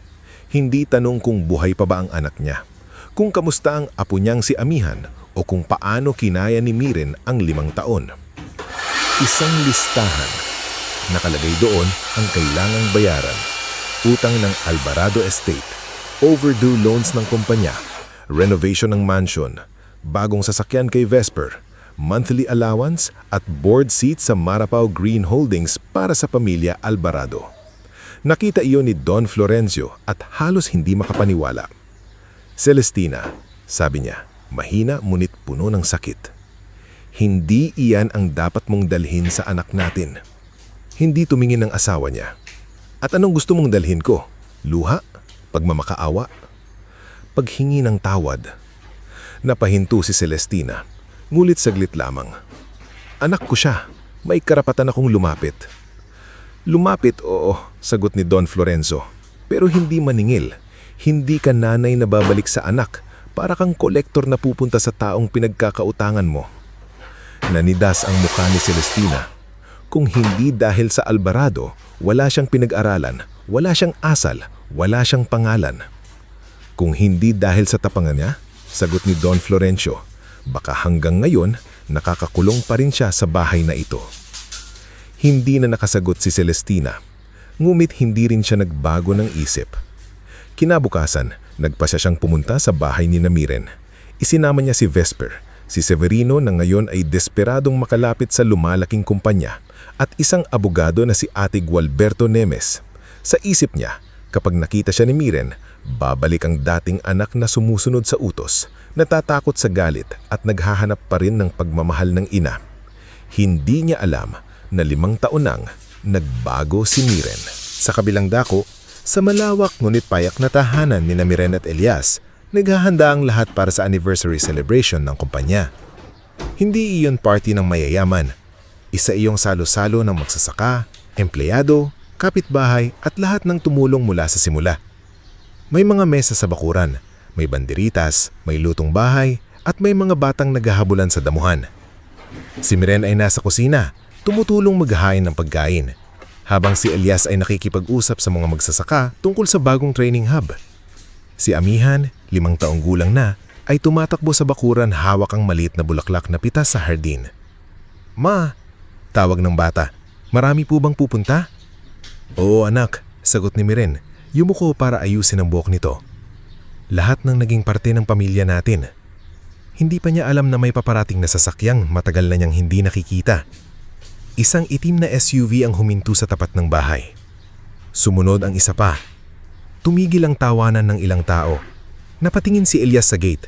Si Solaya, na may hawak na tray ng baso, biglang nanigas. Si Tia Ismerea ay dahan-dahang ibinaba ang notebook na hawak. Si Arman ay lumapit sa gilid, alerto. Bumukas ang pinto ng sasakyan. Bumaba si Doña Celestina Alvarado, suot ang mamahaling damit, hawak ang makapal na folder. Kasunod niya si Vesper, si Severino at ang abogado. Sa loob ng ilang segundo, walang nagsalita. Pagkatapos, dahan-dahang lumapit si Miren mula sa kusina. Nasa apron pa siya. May harina sa gilid ng kamay. Wala siyang alahas, wala siyang mamahaling bihis. Pero nang tumayo siya sa harap ng kanyang ina, dala niya ang bigat ng 5 taong pagtitiis. Tumingin si Doña Celestina sa kanya mula ulo hanggang paa. Miren, sabi nito, parang walang nangyaring 5 taon. Kailangan nating mag-usap. Hinumakan ni Elias ang kamay ng asawa. Gulit gaya ng noong araw ng kanilang kasal, hindi niya ito pinangunahan. Hinayaan niyang si Miren ang humarap sa sariling nakaraan. Tumingin si Miren sa folder na hawak ng ina. Pagkatapos ay tumingin siya sa mga matang minsang pinangarapan niyang makakita man lang ng awa. Kung paghihingi ng tawad ang dala ninyo, mahinahon niyang sabi, makikinig ako. Sandaling natigilan si Doña Celestina. Ngunit hinigpitan lang nito ang kapit sa folder. At sa katahimikan ng bakurang minsang puno ng tawanan, naramdaman ni Miren na ang babaeng minsan niyang tinawag na tahanan ay bumalik hindi para yakapin siya, kundi para muling subukang angkinin ng buhay na binuo niya mula sa lupa, luha at pag-ibig. Bago tayo magpatuloy sa ating istorya, i-comment mo muna kung taga saan ka at anong oras ka nanonood ngayon. Dahil sa parting ito, haharapin ni Miren ang sugat na 5 taon niyang itinago sa ilalim ng ngiti, trabaho at pagiging ina. Minsan kasi, ang pinakamahirap na laban ay hindi ang pagbangon mula sa kahirapan, kundi ang tumingin sa mata ng taong sumira sa iyo at sabihing hindi ka na niya kayang kontrolin. Sa bakuran ng tahanan ni Miren at Elias, biglang nanahimik ang lahat. Ilang sandali lang ang nakalipas, puno iyon ng tawanan. May mga batang naghahabulan sa damuhan. May mga magsasakang nagkukwentuhan habang naghihintay ng pagkain. May mga empleyadong nag-aayos ng mesa para sa anniversary celebration ng Marapaw Green Holdings. Sa ilalim ng banderitas at ilaw na nakasabit sa mga puno, dapat sana ay araw iyon ng pasasalamat.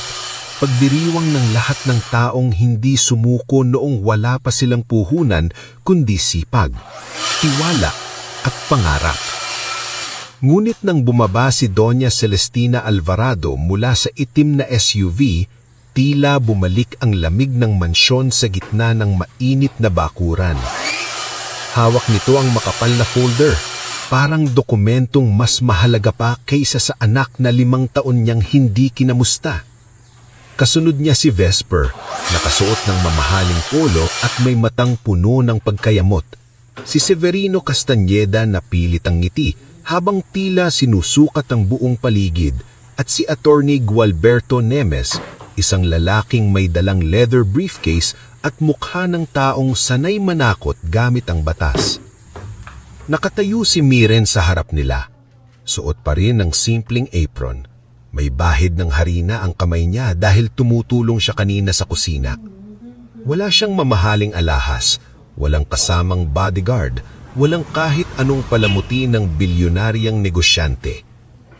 Pero sa katahimikan ng kanyang mukha, naroon ang dangal na hindi nakita ng kanyang ina noong araw na pinili niya si Elias. Kung paghihingi po ng tawad ang dala ninyo, mahinahon niyang sinabi, makikinig ako. Sandaling kumurap si Doña Celestina na para bang hindi iyon ang inaasahan niyang marinig. Marahil inakala niyang yayakap si Miren, marahil inakala niyang iiyak ito, luluhod o magmamadaling sabihing, Mama, namiss ko kayo. Pero ang babaeng nasa harap niya ngayon ay hindi na ang dating anak na nanginginig sa bawat pagtaas ng boses niya. Hindi ako pumunta rito para gumawa ng drama. Sagot ni Doña Celestina, inayos ang hawak na folder. May kailangan tayong pag-usapan bilang pamilya. Bahagyang napailing si Sulaya sa gilid. Hawak pa rin ito ang tray ng baso, ngunit kitang-kita sa mukha niya ang pagpipigil. Ang arman naman ay lumapit ng kaunti sa grupo ng mga empleyado, handang sumabat kung sakaling may gulong mangyari. Si Tia Ismeria ay tahimik na nakaupo sa isang bangko, nakatingin kay Doña Celestina na para bang binabasa na nito ang tunay na laman ng pagdating ng matandang babae. Si Elias ay nakatayo sa tabi ni Miren, hindi siya nagsasalita. Tulad noong araw ng kasal nila, hindi niya inagaw ang sandali mula sa asawa. Ngunit ang kamay niya ay nasa likod ni Miren, hindi para itulak ito, kundi para ipaalala Naroon siya. Pamilya. Mahinang ulit ni Miren. Oo, mabilis na sagot ni Doña Celestina. Kaya sana, papasukin mo muna kami. Hindi magandang pinag-uusapan ng seryosong bagay sa harap ng tao. Tumingin si Miren sa paligid. Naroon sina Mang Darencio at Aling Wena, ang mga magulang ni Elias na 5 taon siyang tinanggap na parang tunay na anak. Naroon si Solaya, kaibigang hindi siya iniwan.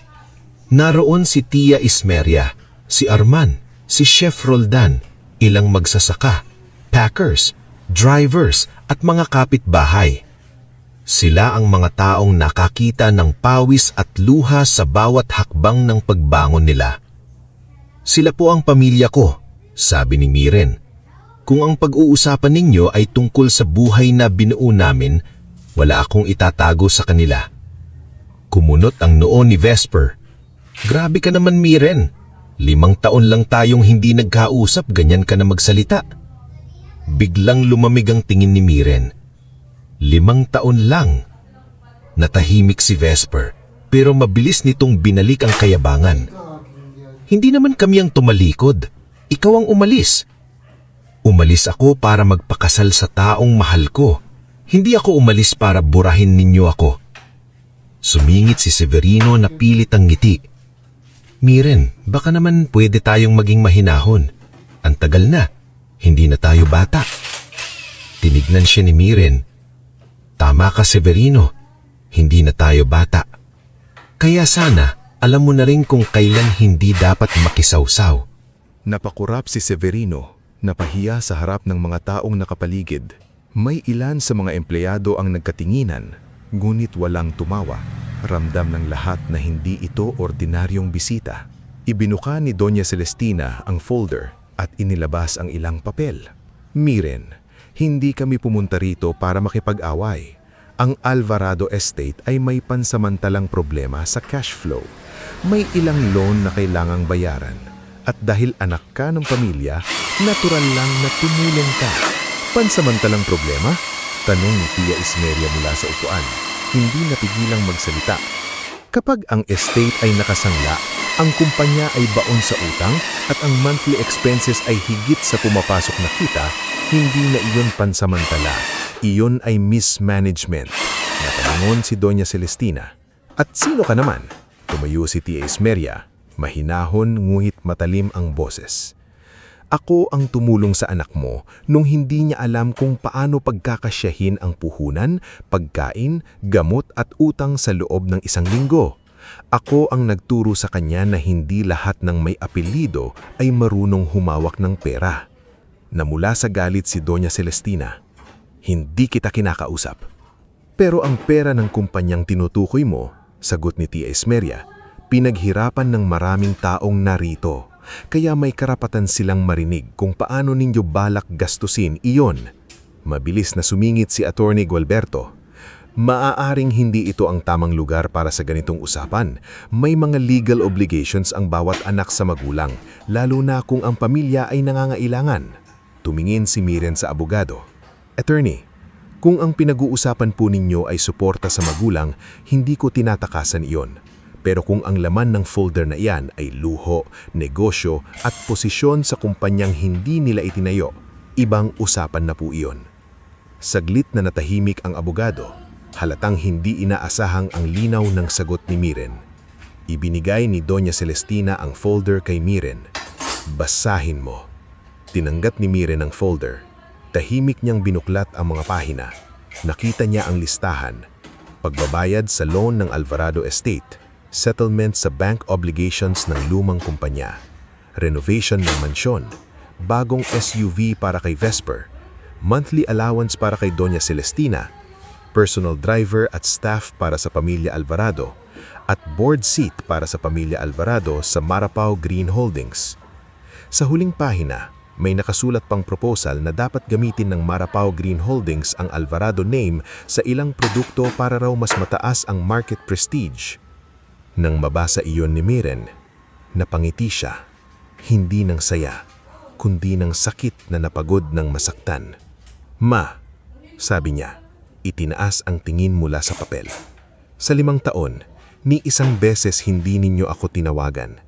Nanatiling matigas ang mukha ni Doña Celestina. Nagkaroon din kami ng sariling problema. Nung binagyo ang bukid namin, nalubog kami sa utang.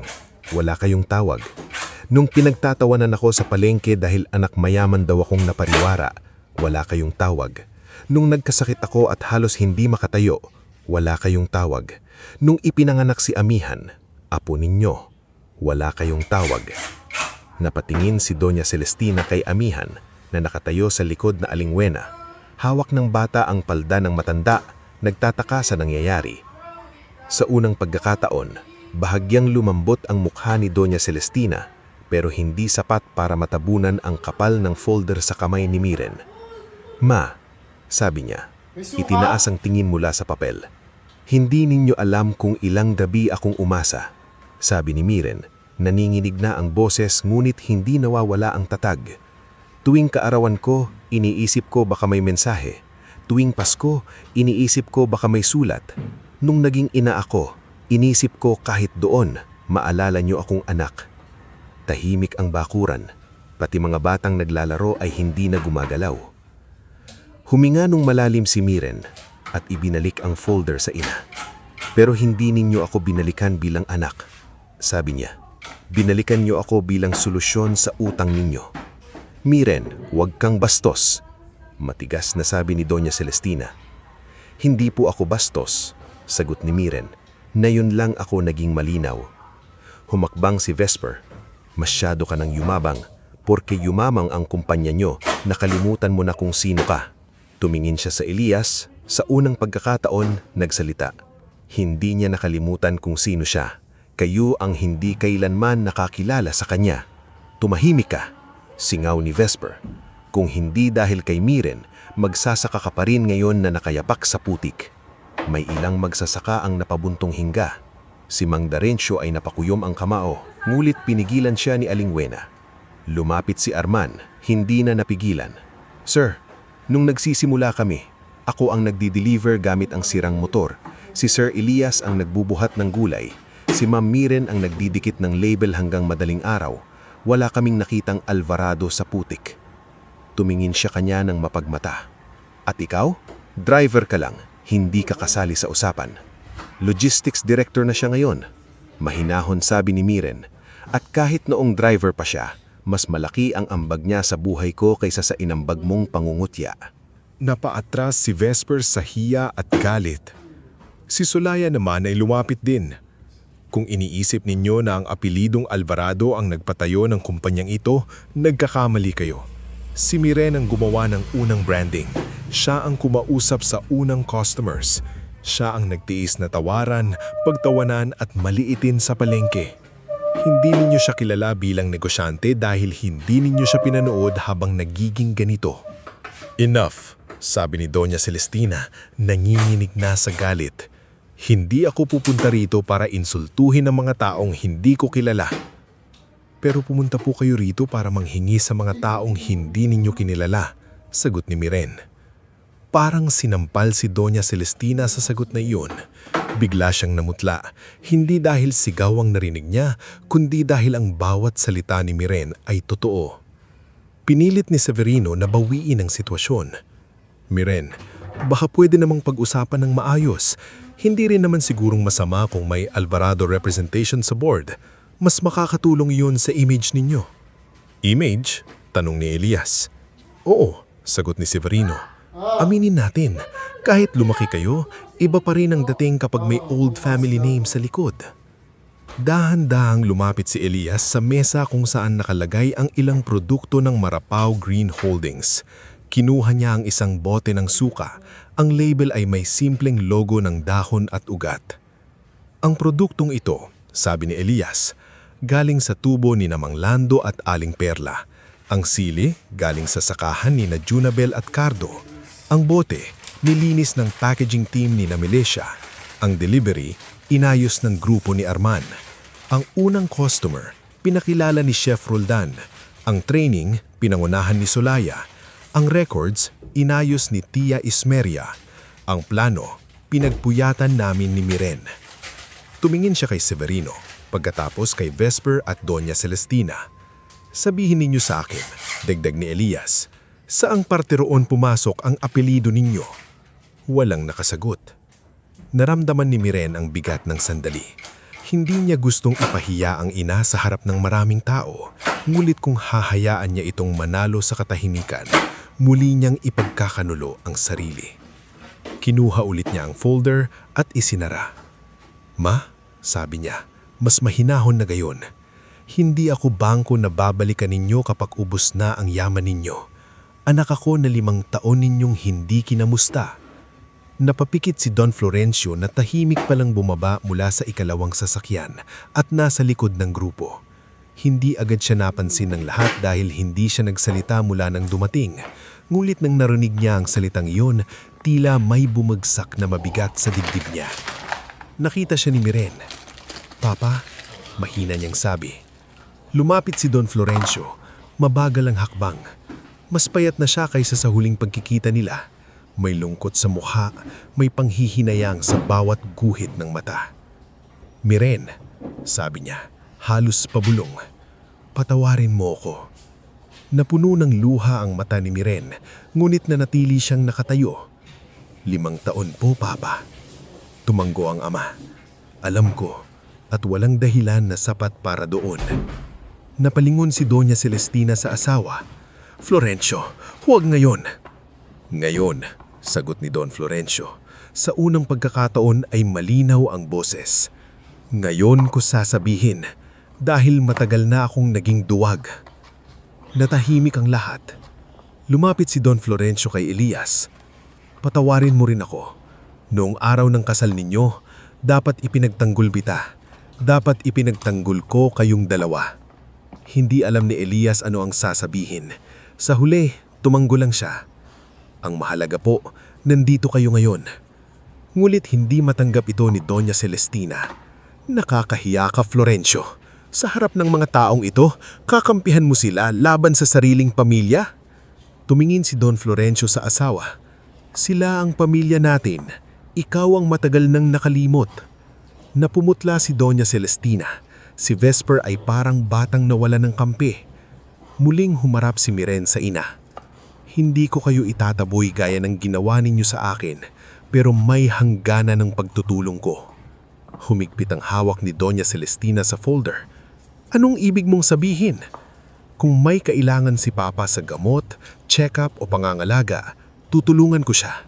Kung kailangan ninyo ng maayos na financial restructuring ng estate para hindi tuluyang bumagsak, maaari kong ipakilala kayo sa tamang consultant. Pero hindi ko babayaran ang luho ninyo. Hindi ako bibili ng bagong sasakyan para kay Vesper. Hindi ko ire-renovate ang mansyon para may maipagmayabang kayo. At walang board seat na ibibigay sa taong wala namang ambag sa kumpanya." Sumabog ang galit ni Vesper. "Kapatid mo ko!" "Oo," sagot ni Miren. "At bilang kapatid, bibigyan kita ng patas na pagkakataon. Kung gusto mong matuto, pwede kang mag-apply sa entry-level management training program. Dadaan ka sa parehong proseso ng lahat. Walang special na pinto lamang dahil sa dugo." "Entry-level?" Halos mapasigaw si Vesper. "Ako? Sa kumpanyang itinayo ng asawa mong magsasaka?" Tahimik na tumingin sa kanya si Miren. Mas mabuti nang magsimula sa ibabaw kaysa manatili sa taas na wala namang kinatatayuan. May ilang nakayuko upang itago ang reaksyon, ngulit walang nangahas tumawa. Si Doña Celestina ay nanginginig na sa kahihiyan at galit. "Hindi ka na talaga marunong rumispeto." "Marunong po," sagot ni Miren. "Kaya nga hindi ko kayo sinisigawan.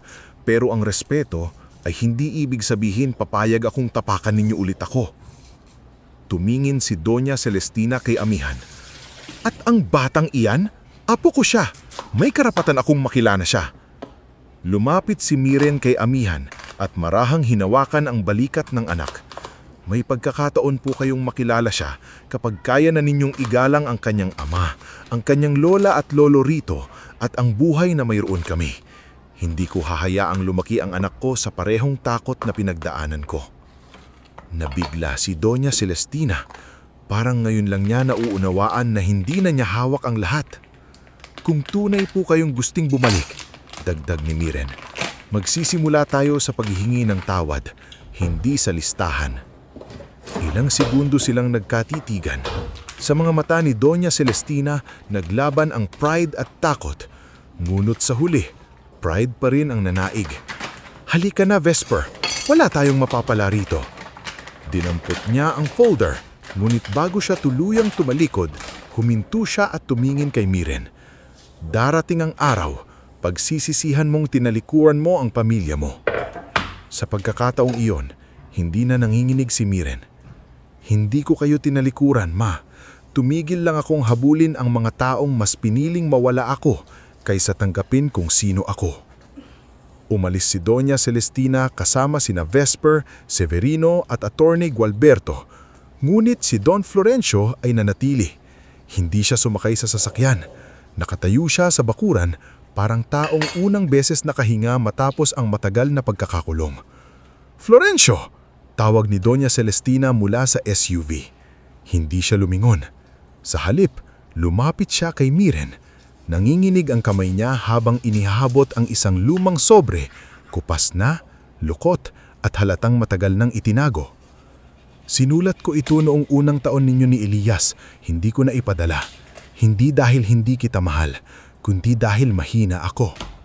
Tinanggap ni Miren ang sobre, hindi niya muna binuksan. Yumakap siya sa ama, ngunit hindi tulad ng yakap ng batang desperadong bumalik sa dati. Yakap iyon ng babaeng handang maghilom pero hindi na handang kalimutan ang aral ng sugat. Sa paligid, tahimik ang lahat. Si Aling Wena ay nagpahid ng luha. Si Mang Darencio ay napabuntong hininga. Si Solaya ay ngumiti ng malungkot. Si Elias ay tumingin kay Miren ng may pagmamalaki na hindi kailangang sabihin. Maya-maya, lumapit si amihan kay Don Florencio. "Lolo po ba kayo?" Inosenteng tanong ng bata. Napaluha si Don Florencio. Lumuhod siya para maging kapantay nito. "Oo, apo, kung papayag ka." Tumingin si amihan kay Miren parang humihingi ng permiso. Tumanggo si Miren, luhanan, ngulit payapa. Ngumiti ang bata at inabot ang maliit na bulaklak na hawak niya. "Para po sa inyo." Tinanggap ni Don Florencio ang bulaklak parang pinakamahalagang regalong natanggap niya sa buong buhay niya. At habang unti-unting bumabalik ang tunog ng bakuran, ang mahihinang usapan, ang kaluskos ng dahon at ang mga pinggang muling inaayos para sa salusalo, naramdaman ni Miren ang may isang pinto sa kanyang nakaraan ay tuluyang nang nagsara. Hindi para ikulong siya, kundi para hindi na muling makapasok ang mga taong babalik lamang kapag may kailangan. Nang gabing iyon, ipinagpatuloy nila ang anniversary celebration ng Marapao Green Holdings. Hindi naging kasing saya ng inaasahan, mulit mas makahulugan. Sa gitna ng mga mesa, tumayo si Elias at nagpasalamat sa lahat ng kasama nila mula sa unang tanim hanggang sa unang kontrata, mula sa unang pagkatalo hanggang sa unang tagumpay. Pagkatapos, tinawag niya si Miren. Humawak si Miren sa mikropono. Tumingin siya sa mga magsasakang minsang pinagtawanan ng mundo, sa mga empleyadong naniwala, sa kaibigang hindi siya iniwan, sa biyanan na tinanggap siya bilang anak, sa ama niyang nagsisimulang bumawi, at sa anak niyang si Amihan na mahimbing nang natutulog sa kandungan ni Aling Wena. "Maraming salamat," sabi niya. Nanginginig ngunit buo ang tinig. "Dahil noong may mga taong nagsabing hindi ako bagay dito, kayo ang nagpakita sa akin na ang tahanan ay hindi lugar na pinanggalingan mo. Ito ang lugar kung saan ka pinipiling mahalin araw-araw." Palakpakan ng sumunod. Hindi malakas na palakpak ng mga taong gustong magpakitang tao, kundi palakpak ng mga taong alam ang bigat ng bawat salitang sinabi niya. Sa malayo, paalis na ang SUV ni Doña Celestina, dala ang listahang hindi natupad at pride na unang beses natalo. Hindi alam ni Miren kung babalik pa ba ang ina niya. Hindi niya rin alam kung kailan tuluyang maghihilom ang lahat. Pero sa gabing iyon, malinaw sa kanya ang isang bagay. Hindi na siya ang anak na naghihintay sa tawag ng pamilyang ayaw kumusta. Isa na siyang babae, asawa, ina, at lider na marunong magmahal nang hindi isinusuko ang sarili. Bago tayo magpatuloy sa huling parte ng ating istorya, i-comment mo muna kung taga saan ka at anong oras ka nanonood ngayon. Dahil sa pagtatapos na ito, makikita natin na hindi lahat ng pagpapatawad ay nangangahulugang pagbabalik sa dati. Minsan, ang tunay na kapayapaan ay hindi ang makalimot sa sakit, kundi ang matutong mabuhay nang hindi na kontrolado ng sugat na iniwan ng mga taong minahal mo. Kinabukasan matapos ang anniversary celebration ng Marapao Green Holdings, tahimik ang bahay ni Miren at Elias. Wala na ang ingay ng mabisita, wala na ang mahahabang mesa sa bakuran. Ang mga ilaw na nakasabit sa mga puno ay inalis na ni Arman at ng ilang empleyado bago sumikat ang araw. Sa damuhan, may naiwan pang ilang tuyong dahon at piraso ng laso mula sa banderitas. Ngunit sa kabila ng katahimikan, ramdam pa rin sa buong bahay ang bigat ng nangyari noong nakaraang gabi. Nasa kusina si Miren, nakatayo sa harap ng mesa habang hawak ang lumang sobre na ibinigay ni Don Florencio. Kupas na ang papel, may kaunting lukot sa gilid. Sa harap nito, nakasulat ang pangalan niya sa sulat kamay ng ama. Para kay Miren, kapag nagkaroon ako ng tapang.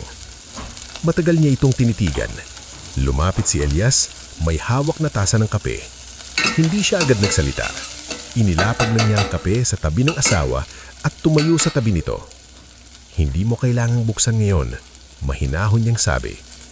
Huminga ng malalim si Miren. 5 taon ko siyang hinintay magsalita.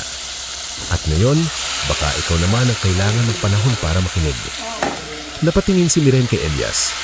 Minsan, naiisip niya kung paano siya pinagpala sa lalaking ito. Hindi dahil naging bilyonaryo ito, hindi dahil napatunayan nitong mali ang mga nangmaliit sa kanya, kundi sa lahat ng yugto ng buhay nila. Never nitong hinila ang boses niya para palitan ng sarili nitong desisyon. Binuksan ni Miren ang sobre. Sa loob, may 2 pahina ng sulat ng ama. Nanginginig ang unang linya ng sulat kamay ng ama na para bang kahit sa papel ay nag-aalangan pa rin itong magsimula. Anak, kung binabasa mo ito, ibig sabihin, marahil huli na ang tapang ko. Hindi ko alam kung mapapatawad mo ako. Hindi ko rin alam kung karapat-dapat pa akong tawagin mong papa. Pero gusto kong malaman mo na nung araw ng kasal mo, gusto kitang yakapin. Gusto kong sabihin sa iyo na ipagmalaki mo ang pinili mo dahil nakita ko sa mata ni Elias ang respeto na hindi ko na ibigay sa iyo bilang ama. Tumigil si Miren sa pagbabasa ng nanginig ang labi niya. Ipinagpatuloy niya. Hindi ako tumigil dahil wala akong pakialam. Tumigil ako dahil naging duwag ako. At minsan, ang duwag na magulang ay mas nakakasugat kaysa sa galit na magulang. Dahil ang galit, naririnig. Ang katahimikan, paulit-ulit mong hinuhulaan. Patawarin mo ako sa bawat kaarawan na wala akong tawag, sa bawat Pasko na hinayaan kong wala kang sulat, sa araw na isinilang si Amihan at hindi ako naglakas ng loob na alamin kong ligtas ka. Napaupo si Miren. Hindi niya napigilang umiyak. Lumapit si Don Florencio mula sa pintuan ng kusina. Hindi niya alam na binabasa na pala ni Miren ang sulat. Nakatayo siya roon, payat, maputla, at tila mas matanda kaysa kahapon. Miren, mahinang tawag. Pinunasan ni Miren ang pisngi. Bakit po ngayon lang, Papa? Napayuko ang matanda. Dahil ngayon lang ako tumigil matakot sa galit ng nanay mo. Pero hindi po ba kayo mas natakot na mawala ako? Parang tinamaan si Don Florencio. Napahawak siya sa likod ng upuan, saka dahan-dahang umupo sa tapat ng anak. Dapat oo. Dapat ikaw ang pinili kong protektahan. Pero buong buhay ko, nasanay akong umiwas sa gulo. Akala ko kapag nanahimik ako, maililigtas ako. Hindi ko naintindihan na ang katahimikan mismo ang sumira sa iyo. Tahimik si Elias, gulit na natili sa likod ni Miren. Parang haliging hindi umaalis. Hindi po ako alam kung kaya ko pong patawarin kayo ng buo, sabi ni Miren. Tumanggo si Don Florencio, tumutulo ang luha. Hindi kita mamadaliin. Hindi ako bumalik para hingin agad ang dati kong lugar. Bumalik ako para magsimula sa kahit pinakamaliit na puwang na ibibigay mo. Noong araw ding iyon, napagdesisyonan ni Miren at Elias na manatili muna si Don Florencio sa guest house sa gilid ng kanilang tahanan. Hindi bilang parangal sa pagiging alvarado, kundi dahil may edad na ito, mahina ang katawan, at malinaw na matagal na ring nabubuhay sa bigat ng pagsisisi. Ipinaliwanag ni Miren kay amihan na si Don Florencio ang kanyang lolo, ngunit hindi niya pinilit ang bata na agad maging malapit. Bakit po siya ngayon lang dumating? Tanong ni amihan habang inaayos ni Miren ang buhok nito bago matulog. Napahinto si Miren. Hindi niya gustong magsinungaling sa anak, pero ayaw rin niyang lagyan ng pait ang murang puso nito. Minsan anak, maingat ng sagot. May matatanda ring natatakot at nagkakamali. Pero kung tunay silang nagsisisi, pwede natin silang bigyan ng pagkakataong maging mas mabuti. Katulad po kapag nasira ko ang Crayola ko tapos nagsorry ako. Ngumiti si Miren, napaluhan ng kaunti. Oo, pero kailangan mo ring ipakita na aalagaan mo na ang susunod. Kinabukasan, si Don Florencio mismo ang nagpunta kina Mang Darencio at Aling Wena. Nadatnan niya ang mag-asawa sa lumang bahagi ng taniman, nag-aayos ng mga punla para sa training center. Mabagal siyang lumapit, dala ang maliit na basket ng prutas. Mang Darencio, simula niya, kinakabahan. Aling Wena, gusto kong humingi ng tawad. Napatigil si Aling Wena. Si Mang Darencio naman ay tumingin lang sa kanya, tahimik ngulit hindi galit. Noong araw na pinahiya ng pamilya ko ang anak ninyo, naroon ako at wala akong ginawa. Hindi ko kayang burahin iyon, pero gusto kong sabihin na mali kami, mali ako. Matagal na katahimikan ang sumunod. Sa huli, si Mang Darencio ang unang nagsalita. Hindi kami ang unang dapat mong hingian ng tawad, pero salamat at sinabi mo. Ang anak namin, dagdag ni Aling Wena, tinutukoy si Elias, hindi man lumaki sa yaman, lumaki sa respeto. Noong tinawag siyang kadiri, mas nasaktan ako hindi dahil mahirap kami, kundi dahil parang binura ninyo ang pagkatao niya. Napayuko si Don Florencio. Alam ko, kung gusto mong bumawi, sabi ni Mang Darencio, huwag salita lang. Maging lolo ka kay amihan, maging ama ka kay Miren kahit huli. At huwag mong hayaang tapakan ulit sila ng sino man, kahit asawa mo pa. Tumanggo si Don Florencio. Sa unang pagkakataon, hindi siya nangako ng malaki. Sinabi lang niya, susubukan kong maging matapang araw-araw. Samantala, sa kabilang panig, hindi natanggap ni Doña Celestina ang pagkatalo niya. Bumalik siya sa mansyon na halos walang imik, ngunit sa loob niya ay kumukulo ang galit. Para sa kanya, ipinahiya siya ni Miren, ipinahiya siya ni Florencio, at higit sa lahat, ipinahiya siya ng katotohanang hindi na siya kailangan ng anak niya. Si Vesper naman ay mas desperado. Dahil hindi nakuha ang posisyon sa Marapao Green Holdings, nakipagkita siya kay Severino at Brando Talik. Akala nila, kaya pa nilang siraan ang kumpanya, lalo na ngayon na mas malaki na ang puhunan at mas maraming mata ang nakatutok dito. Ngunit hindi na sila nakaharap sa dating maliit na negosyong madaling takutin. May legal team na ang Marapao Green Holdings, may compliance department na pinamamunuan ng isang maingat na auditor na si Maribel Dacumos. May digital records, delivery logs, email trails at CCTV sa processing facilities. Isang linggo matapos ang komprontasyon, may natanggap na utal si Maribel tungkol sa kahina-hinalang supplier complaint na konektado sa dating paninira sa kumpanya. Sinundan nila ang dokumento at doon unti-unti lumibataw ang mga pangalan ni Brando at Severino. May mga bayad sa peking social media accounts, may email na nagmula sa opisina ni Severino, may pirma ni Brando sa transaksyon na may kaugnayan sa pagbili ng peking labels na ginamit sa paninira. Nang ipatawag ni Miren at Elias ang legal team, naroon si Attorney Liora Magsalin, isang batang abogado na kinuha nila hindi dahil sikat, kundi dahil kilala itong lumalaban sa maliliit na negosyante. May sapat tayong ebidensya para magsampa ng kaso, sabi ni Attorney Liora. Cyber libel, unfair competition, falsification at posibleng economic sabotage depende sa lawak ng pinsala. Tahimik si Miren. Hindi na siya galit tulad noong una. Mas mabigat ang nararamdaman niya ngayon. Responsibilidad. Kung magsasampa tayo, sabi niya, hindi ito dahil gusto kong gumante. Tumanggo si Elias. Gagawin natin ito dahil kapag hinayaan natin sila, uulitin nila sa iba. Kaya isinampa nila ang kaso. Nang pumutok ang balita, Unang nagkunwaring walang kinalaman si Vesper. Ngulit lumabas sa ilang mensahe na siya ang nagpakilala kay Severino sa mga taong maaaring tumulong siraan ang Marapao Green Holdings. Hindi siya ang pangunahing utak, ngulit naging tulay siya at sapat iyon para madamay siya sa imbestigasyon. Sa mansyon, halos mabasag ng tasa ni Doña Celestina nang makita ang subpina.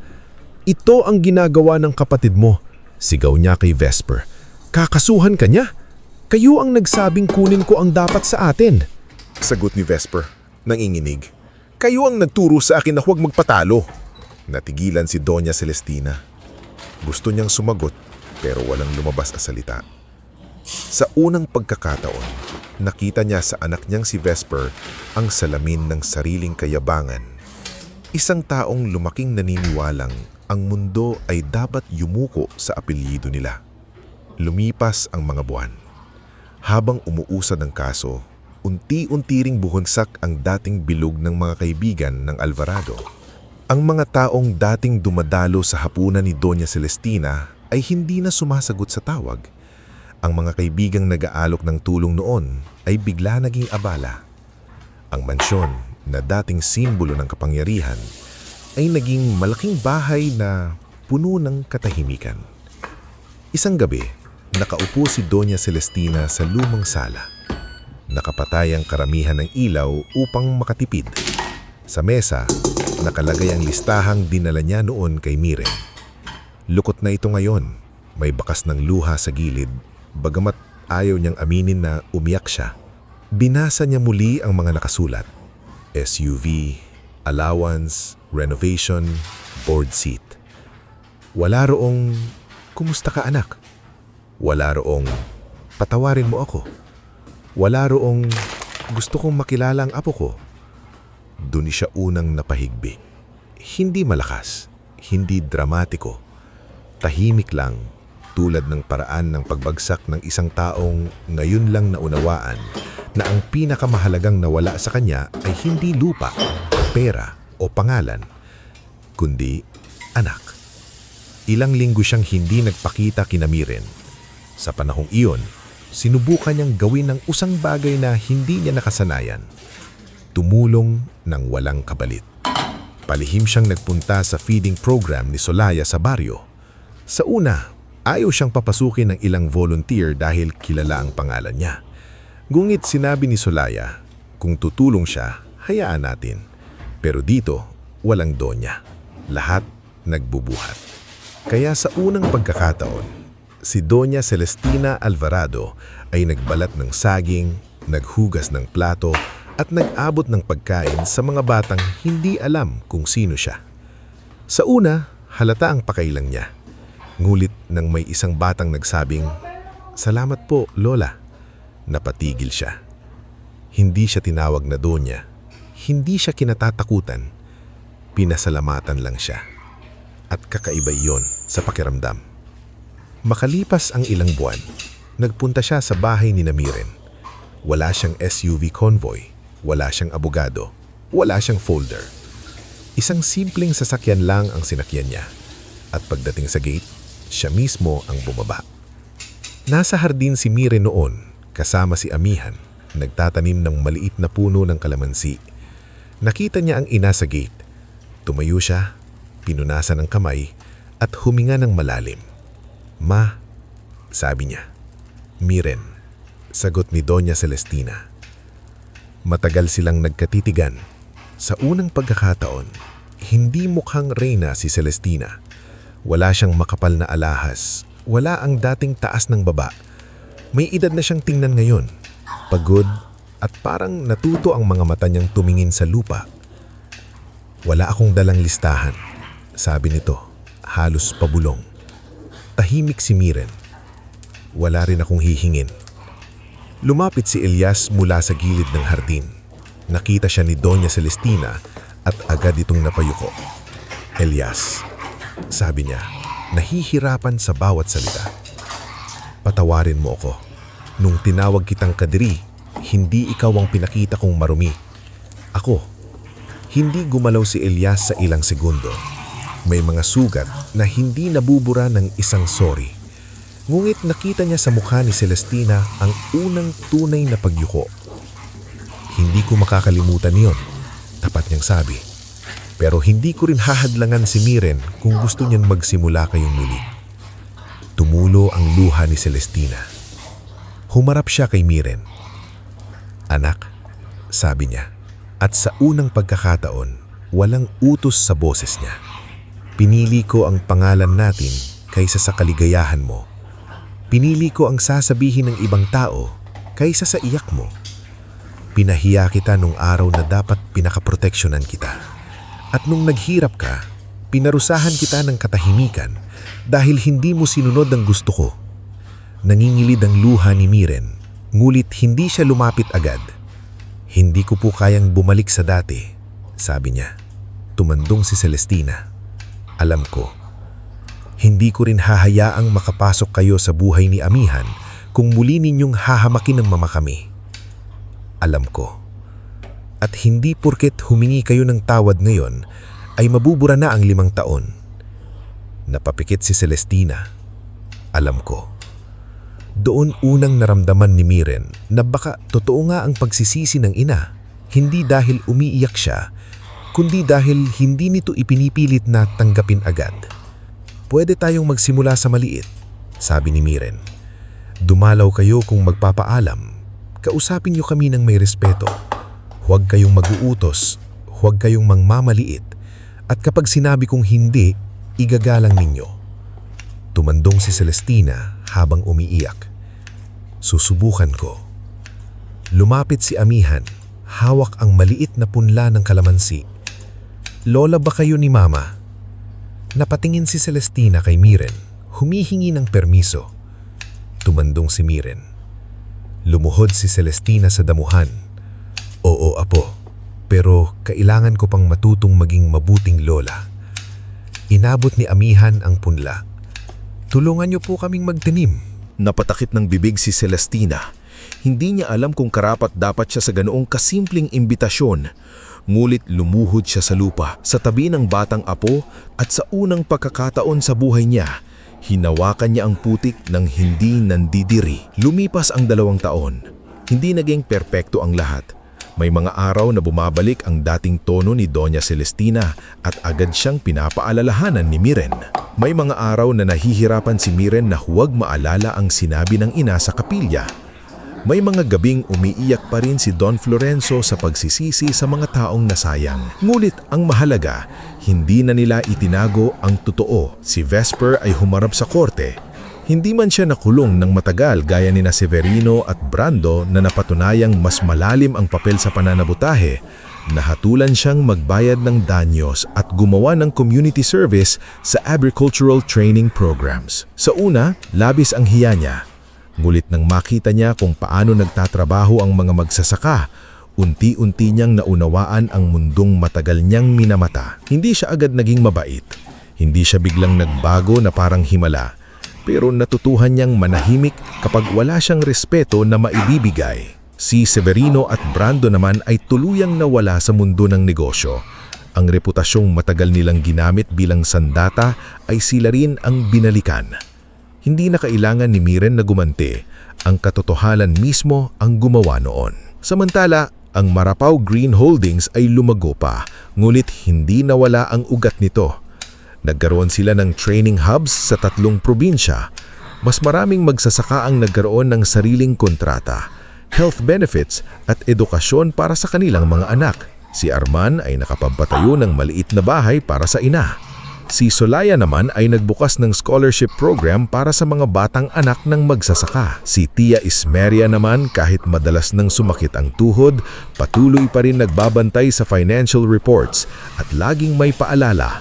Huwag magpakalunod sa laki. Ang punong mataas, sa ugat pa rin kumakapit. Isang maliwanag na umaga, muling nagtipon ang lahat sa bukid kung saan nagsimula ang lahat. Hindi na iyon ang dating putikang halos walang pag-asa. Malawak na ang taniman, maayos ang irrigation, may training hall sa gilid at may mga batang tumatakbo sa pagitan ng mga punla. Nakatayo si Miren sa gitna ng bukid, kasama si Elias. Si Amihan, 7 taong gulang na ngayon, ay tumatakbo hawak ang kamay ni Don Florencio. habang si Doña Celestina naman ay nakaupo sa lilim, tumutulong kay Aling Wena magbalot ng pagkain para sa mga bisita. Hindi sila perpektong pamilya, ngulit hindi na sila pamilya ng takot. Lumapit si Elias kay Miren at hinawakan ng kamay niya. Naalala mo noong unang araw mo sa bahay natin? Sabi mo, matututuhan mong mahalin ang lugar na iyon. Ngumiti si Miren habang nakatingin sa palayan. Minahal ko nga, pinagsisisihan mo ba? Tanong ni Elias, bagamat alam niya ang sagot. Tumingin si Miren sa kanya. Sa lalaking minsang tinawag na Kadiri. Sa lalaking hindi nag-olok ng mansyon pero nagbigay ng tahanan. Sa lalaking kasama niyang bumuo ng buhay mula sa sugat at lupa. Hindi. Sagot niya. Hindi. Kahit isang araw. Hindi. Sa di kalayuan, lumapit si Doña Celestina. Hawak niya ang maliit na basket ng kalamansi mula sa punong tinanim nila ni Amihan 2 taon na ang nakalipas. Miren, sabi niya, pwede ba kitang makausap? Tumanggo si Miren, inabot ni Celestina ang basket. Unang bunga. Kinuha ito ni Miren. Simple lang ang regalo, walang presyo, walang kapalit. At marahil dahil doon, naging mas mahalaga ito kaysa sa kahit anong alahas na natanggap niya noon. Salamat ma, sabi niya. Hindi na humingi ng yakap si Celestina. Hindi na rin siya nagtanong kung napatawad na siya ng buo. Tumayo lang siya roon. Sapat na sa kanya na tinanggap ni Miren ang basket. Ilang sandali pa, tinawag sila ni Amihan. Mama, Papa, tingnan niya po. Tumakbo ang bata sa gitna ng hanay lang mga punla. Hawak ang maliit na watawag ng Marapaw Green Holdings na may guhit na dahon at ugat. Nagtawanan ng lahat habang hinahabol siya ni Don Florencio. Kunwari ay hindi na kayang tumakbo kahit nakangiti. Pinanood ni Miren ang eksena.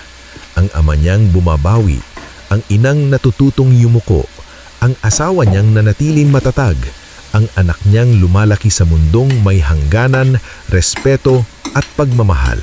Ang mga kaibigang naging pamilya. Ang bukid na dating ginamit para hamakin sila, ngayon ay naging simbolo ng dangal. Huminga si Miren ng malalim. Naalala niya ang kapilya, ang sigaw ng kanyang ina, ang salitang Kadiri, ang 5 taon ng walang tawag, ang mga gabi ng gutom, lagnat at pagod. Ang unang bote ng suka, ang unang delivery ni Arman, ang unang kontrata, ang pagdating ng folder, ang sagot na nagpamutla sa taong minsang kinakatakutan niya. Lahat ng iyon ay hindi niya kailangang burahin. Dahil lahat ng iyon ang nagdala sa kanya rito. Sa gitna ng bukid, sa tabi ni Elias, marahan sinabi ni Miren, hindi ako nawala noong itinakwil nila ako. Napatingin si Elias sa kanya. Ngumiti si Miren habang tumutulo ang luha. Ngunit hindi na iyon luha ng sakit. Luha iyon ng babaeng natagpuan ng sarili matapos ang mahabang paglalakbay. Doon pala nagsimula ang buhay na para talaga sa akin. Hinawakan ni Elias ang kamay niya ng mas mahigpit. Sa harap nila, tumatakbo si Amihan sa ilalim ng araw at sa likod nila, naroon ang pamilyang hindi perpekto ngunit natutong magmahal ng hindi nananakit. At sa wakas, hindi na hinahanap ni Miren ang tahanang minsang ipinagkait sa kanya. Dahil matagal na pala niya itong itinayo sa lupa, sa pawis, sa pag-ibig at sa tapang na piliin ng sarili.